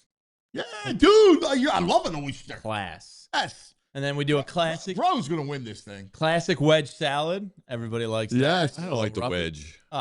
It's ridiculous. And then I don't know how you can go wrong with this main course. Blackened ribeyes or the miso and soy marinated Chilean sea bass. Come on. Yeah, the blackened ribeye. Yeah. Blackened ribeye. Yeah. I'm making Baldi happy. There's something for That's a everybody. strong menu. And then dessert, we're going the hot brownie skillets with the Bassett's vanilla ice cream. Yeah, the Bassett's is a great choice. Nice Philadelphia item. Yes. And then we got some Wilmette Valley Pinot Noir, little Treehouse Orange Julius, and Pliny the Elder. Yeah, Orange Julius is strong. Yeah. Dude, that's great. So we got everything. All bases are covered. Yeah. Dude, that's a great. Like, that kills VGs. Like, I'm not bougie. It buries VG. About steak and fish. It buries Slice it. of Pappy. It buries Slice it. of Pappy, yeah. You got Pliny the Elder or the Younger? The Elder is the tougher one. Is that what you have up That's there? the The Elder? Yeah. I'm a Masters champion. Dwayne gets that at his. All right, here's mine. I'll give you mine, then we'll give you Baldi's to end it, all right? Baldi's is great. Mine, we start off with martinis.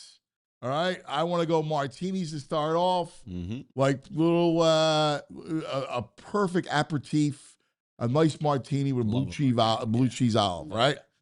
Mini cheesesteak appetizers, sliders with Lissio's rolls. Hell yeah! All right, the seafood tower, which I love. Strong. I didn't even know that was legal. Yeah. And the arancini balls. The arancini rice balls with prosciutto and cheese. Everybody loves them. They're incredible. Then I go with a pasta course. So I have a nice spaghetti and crab. Flying in Mr. Tony to Augusta? Yes, I would make it myself. Oh, would you? Everybody. You're a Masters champion. When it comes to Frugal too. If you're paying for it, you make it. spaghetti with crab is I can make a great pasta course. And then I go with a palate cleanser. Like that. Yeah. Because you need after the spaghetti and crab, right? You have the seafood towel where you need to cleanse your palate. I go with lemon water ice. So I continue with my Philadelphia flair. Your stomach doesn't want that cold iciness while it's digesting this food. It's bad It's food. called a palate cleanser, Holmes. Yeah, but if you've ever eaten it's just dinner, stomach tight. all right, The acids get all screwed You have up. no idea. No, it's actually perfect for it. your stomach, yeah. Yeah, all right, and You can then skip it, after that, I have my osobuco because it falls What off is the that? bone. What is it? You never had osobuco? Veal? I'm out. No. It's like veal shank. Am I looking to get gout with this menu? It falls off the Seafood tower, crab, veal, and my gout city. and my gout. What are you talking about? Yeah. And then I have my wine. I have a 2016 Barolo, bro. Can't go wrong with Barolo. All right, which goes great with my osobuco. Yeah. All right, I got a great Italian wine. Great Barolo is the best. All right. Then at the end, for dessert, I go triple chocolate chunk cookie. I'm surprised you had a dessert on here.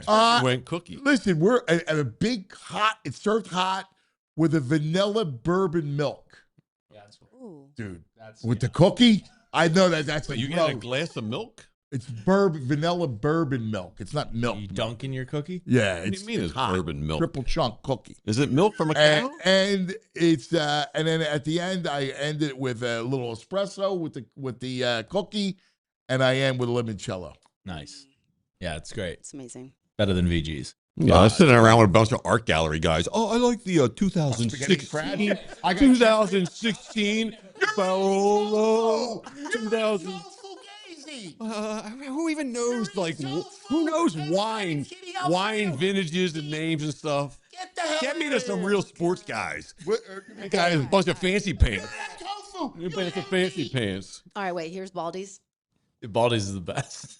It's a football guy menu. He didn't Love say- the French fries with ketchup. The popping French peppers. fries with Popping ketchup. peppers. He said it has to be ketchup because anyone who serves French fries with mayo deserves to have a short life. Well, Yeah. And then they are delicious. spicy popping peppers. That's the best. He didn't say a dessert though, right? I don't think he did. No. He is a big cookie guy though. Yeah, he just said cookies. Okay. He's a big cookie guy. Sorry, Yeah, Ben, just he put said cookies. Chocolate chip cookies. Sorry. No, that's on me. I didn't remember him Yeah, saying you could add that. tomahawk steak, and then he also said to specify that at some point in the night he will be eating off of the bone every last Yeah. bit of Yes. meat Yeah. just to not waste True it. football like a man. true gentleman. Is he a Does marrow tofu, sucker? does tofu Probably. have yeah, you have to. Does tofu have any No consistent- bones. No bones in tofu. No? There's no bone sucking. No. On the tofu. Tofu's so gross. No, yeah, it's Skeeve it. Ew. Tequila. Ew. He's such skeeve. Tofu and Satan meat. Ah, horrible. Tofu and Mad Dog. Do you have any regrets in your menu now that you've seen everyone else? Mine? Yeah. Not at all. I do. I'll be honest. I have I have no regrets with the Yorkshire pudding. That's a great, you just need to have it more. Crispy chicken strips. It sounds a little like McDonald's. Well, I mean, it's delicious though. Yeah. Jules, Baldi or Jules wins. I love Jules. I got to tell you, I think I like bro. I like yours. I like Anthony's. Oh, thanks, Jules. Yeah. Yeah. I mean, yeah. Yours I would definitely. 'Cause I give you a cheesesteak, give you Philly little flavor. Yeah, yeah. Crushing it with Delicios. Well, I would have to eat it. Can't eat Delicios. The palate cleanser was a smart move. And the seafood tower. I did Seafood towers. Yeah. Yeah. Seafood towers. That's elite. Yeah. I'm an awesome. You like the veal. Yeah. Yeah. Oh yeah. Yeah. Yeah. I mean, real sports guys. Yeah. I feel. Yeah. Tofu man. Bye, Ben. Bye, Ben. Bye, Ben. That's gonna do it for us. Another 3-hour extravaganza. Yeah, we're gonna go do a little watch along out there. We got Arizona coming up, Texas Tech, and then who's the other one? Another big school. Virginia is early, and Kentucky's early. Yeah, Kentucky's the first one, right? Yeah. Yeah. Go Santa Clara. Let's go. Yeah, I'm ready. Started 0-2 in my picks. You got to get the losses out of the way. Okay. Yeah. How'd you do your brackets? Terrible. But Yeah. it's good. I'm a second half player. Your second half player? Yeah. It's not going well. I love the guy. People get chesty in the first round. Yeah. It's like, all right, I picked The chat is loving bro. Yeah. Chat loves bro. The chat loves bro. Yeah, Bro wins. He said I trust. Yeah. Wait, we got to do a poll. You have to do a poll. We have to give it some time. Strong Yeah, menu. we got to give it some time. Yeah. It's got to Yeah. breathe a little bit. That's good stuff. I thought about a tomahawk myself. Yeah. But if I'm doing the cheesesteak sliders, I can't come back with a tomahawk. meat. I had to go with a veal. Yeah. PG was last, according to this guy's ranking. Of course. It's provolone John. I mean, come on. VG Love you, PJ. VG's got nothing. Provolone John knows ball. Yeah, not food. He knows ball. Thank you for making my case, bro. All right, that's going to do it. Jules, have a safe trip. We love you, all right? I'll miss you Send us some pictures so we Trip can of put a it on the show. lifetime. I will. Jeez. Yeah, I'll send That's a gonna be little awesome. daily walk into the sunshine. Oh, beautiful. Enjoy yourself. We love you, Jules. By the way, Baldi touching the earth with bare feet. Like, He's got haka feet. yeah. That was my thing to bowl. Yeah.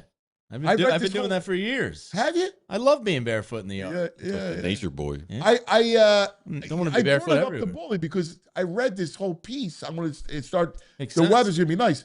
I'm going to. You're supposed to be up for the first sun. You're like this close to perineum tanning. What do you mean the first sun? They say the morning sun is the Oh. first sun when the sun peaks out. Oh yeah, the pagan swears. Over the horizon. Yes. That's the The purest sun. Dawn. the nutritional So sun. you should wake with the sun. That's what the pagan says. So I have this new thing now because I have to do with Moscow. I have to take Moscow to school. We're gonna go hit the gym early. It's great. Like the Rocky soundtrack plays through the house and then Moss get ready to go to the gym. Barefoot walking in the backyard and get in the car. Yeah. I got to get that motherfather to play on Saturdays. Everybody, we love you. Have a great weekend. All right. Chat.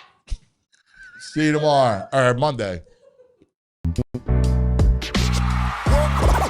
all silly like the mayor.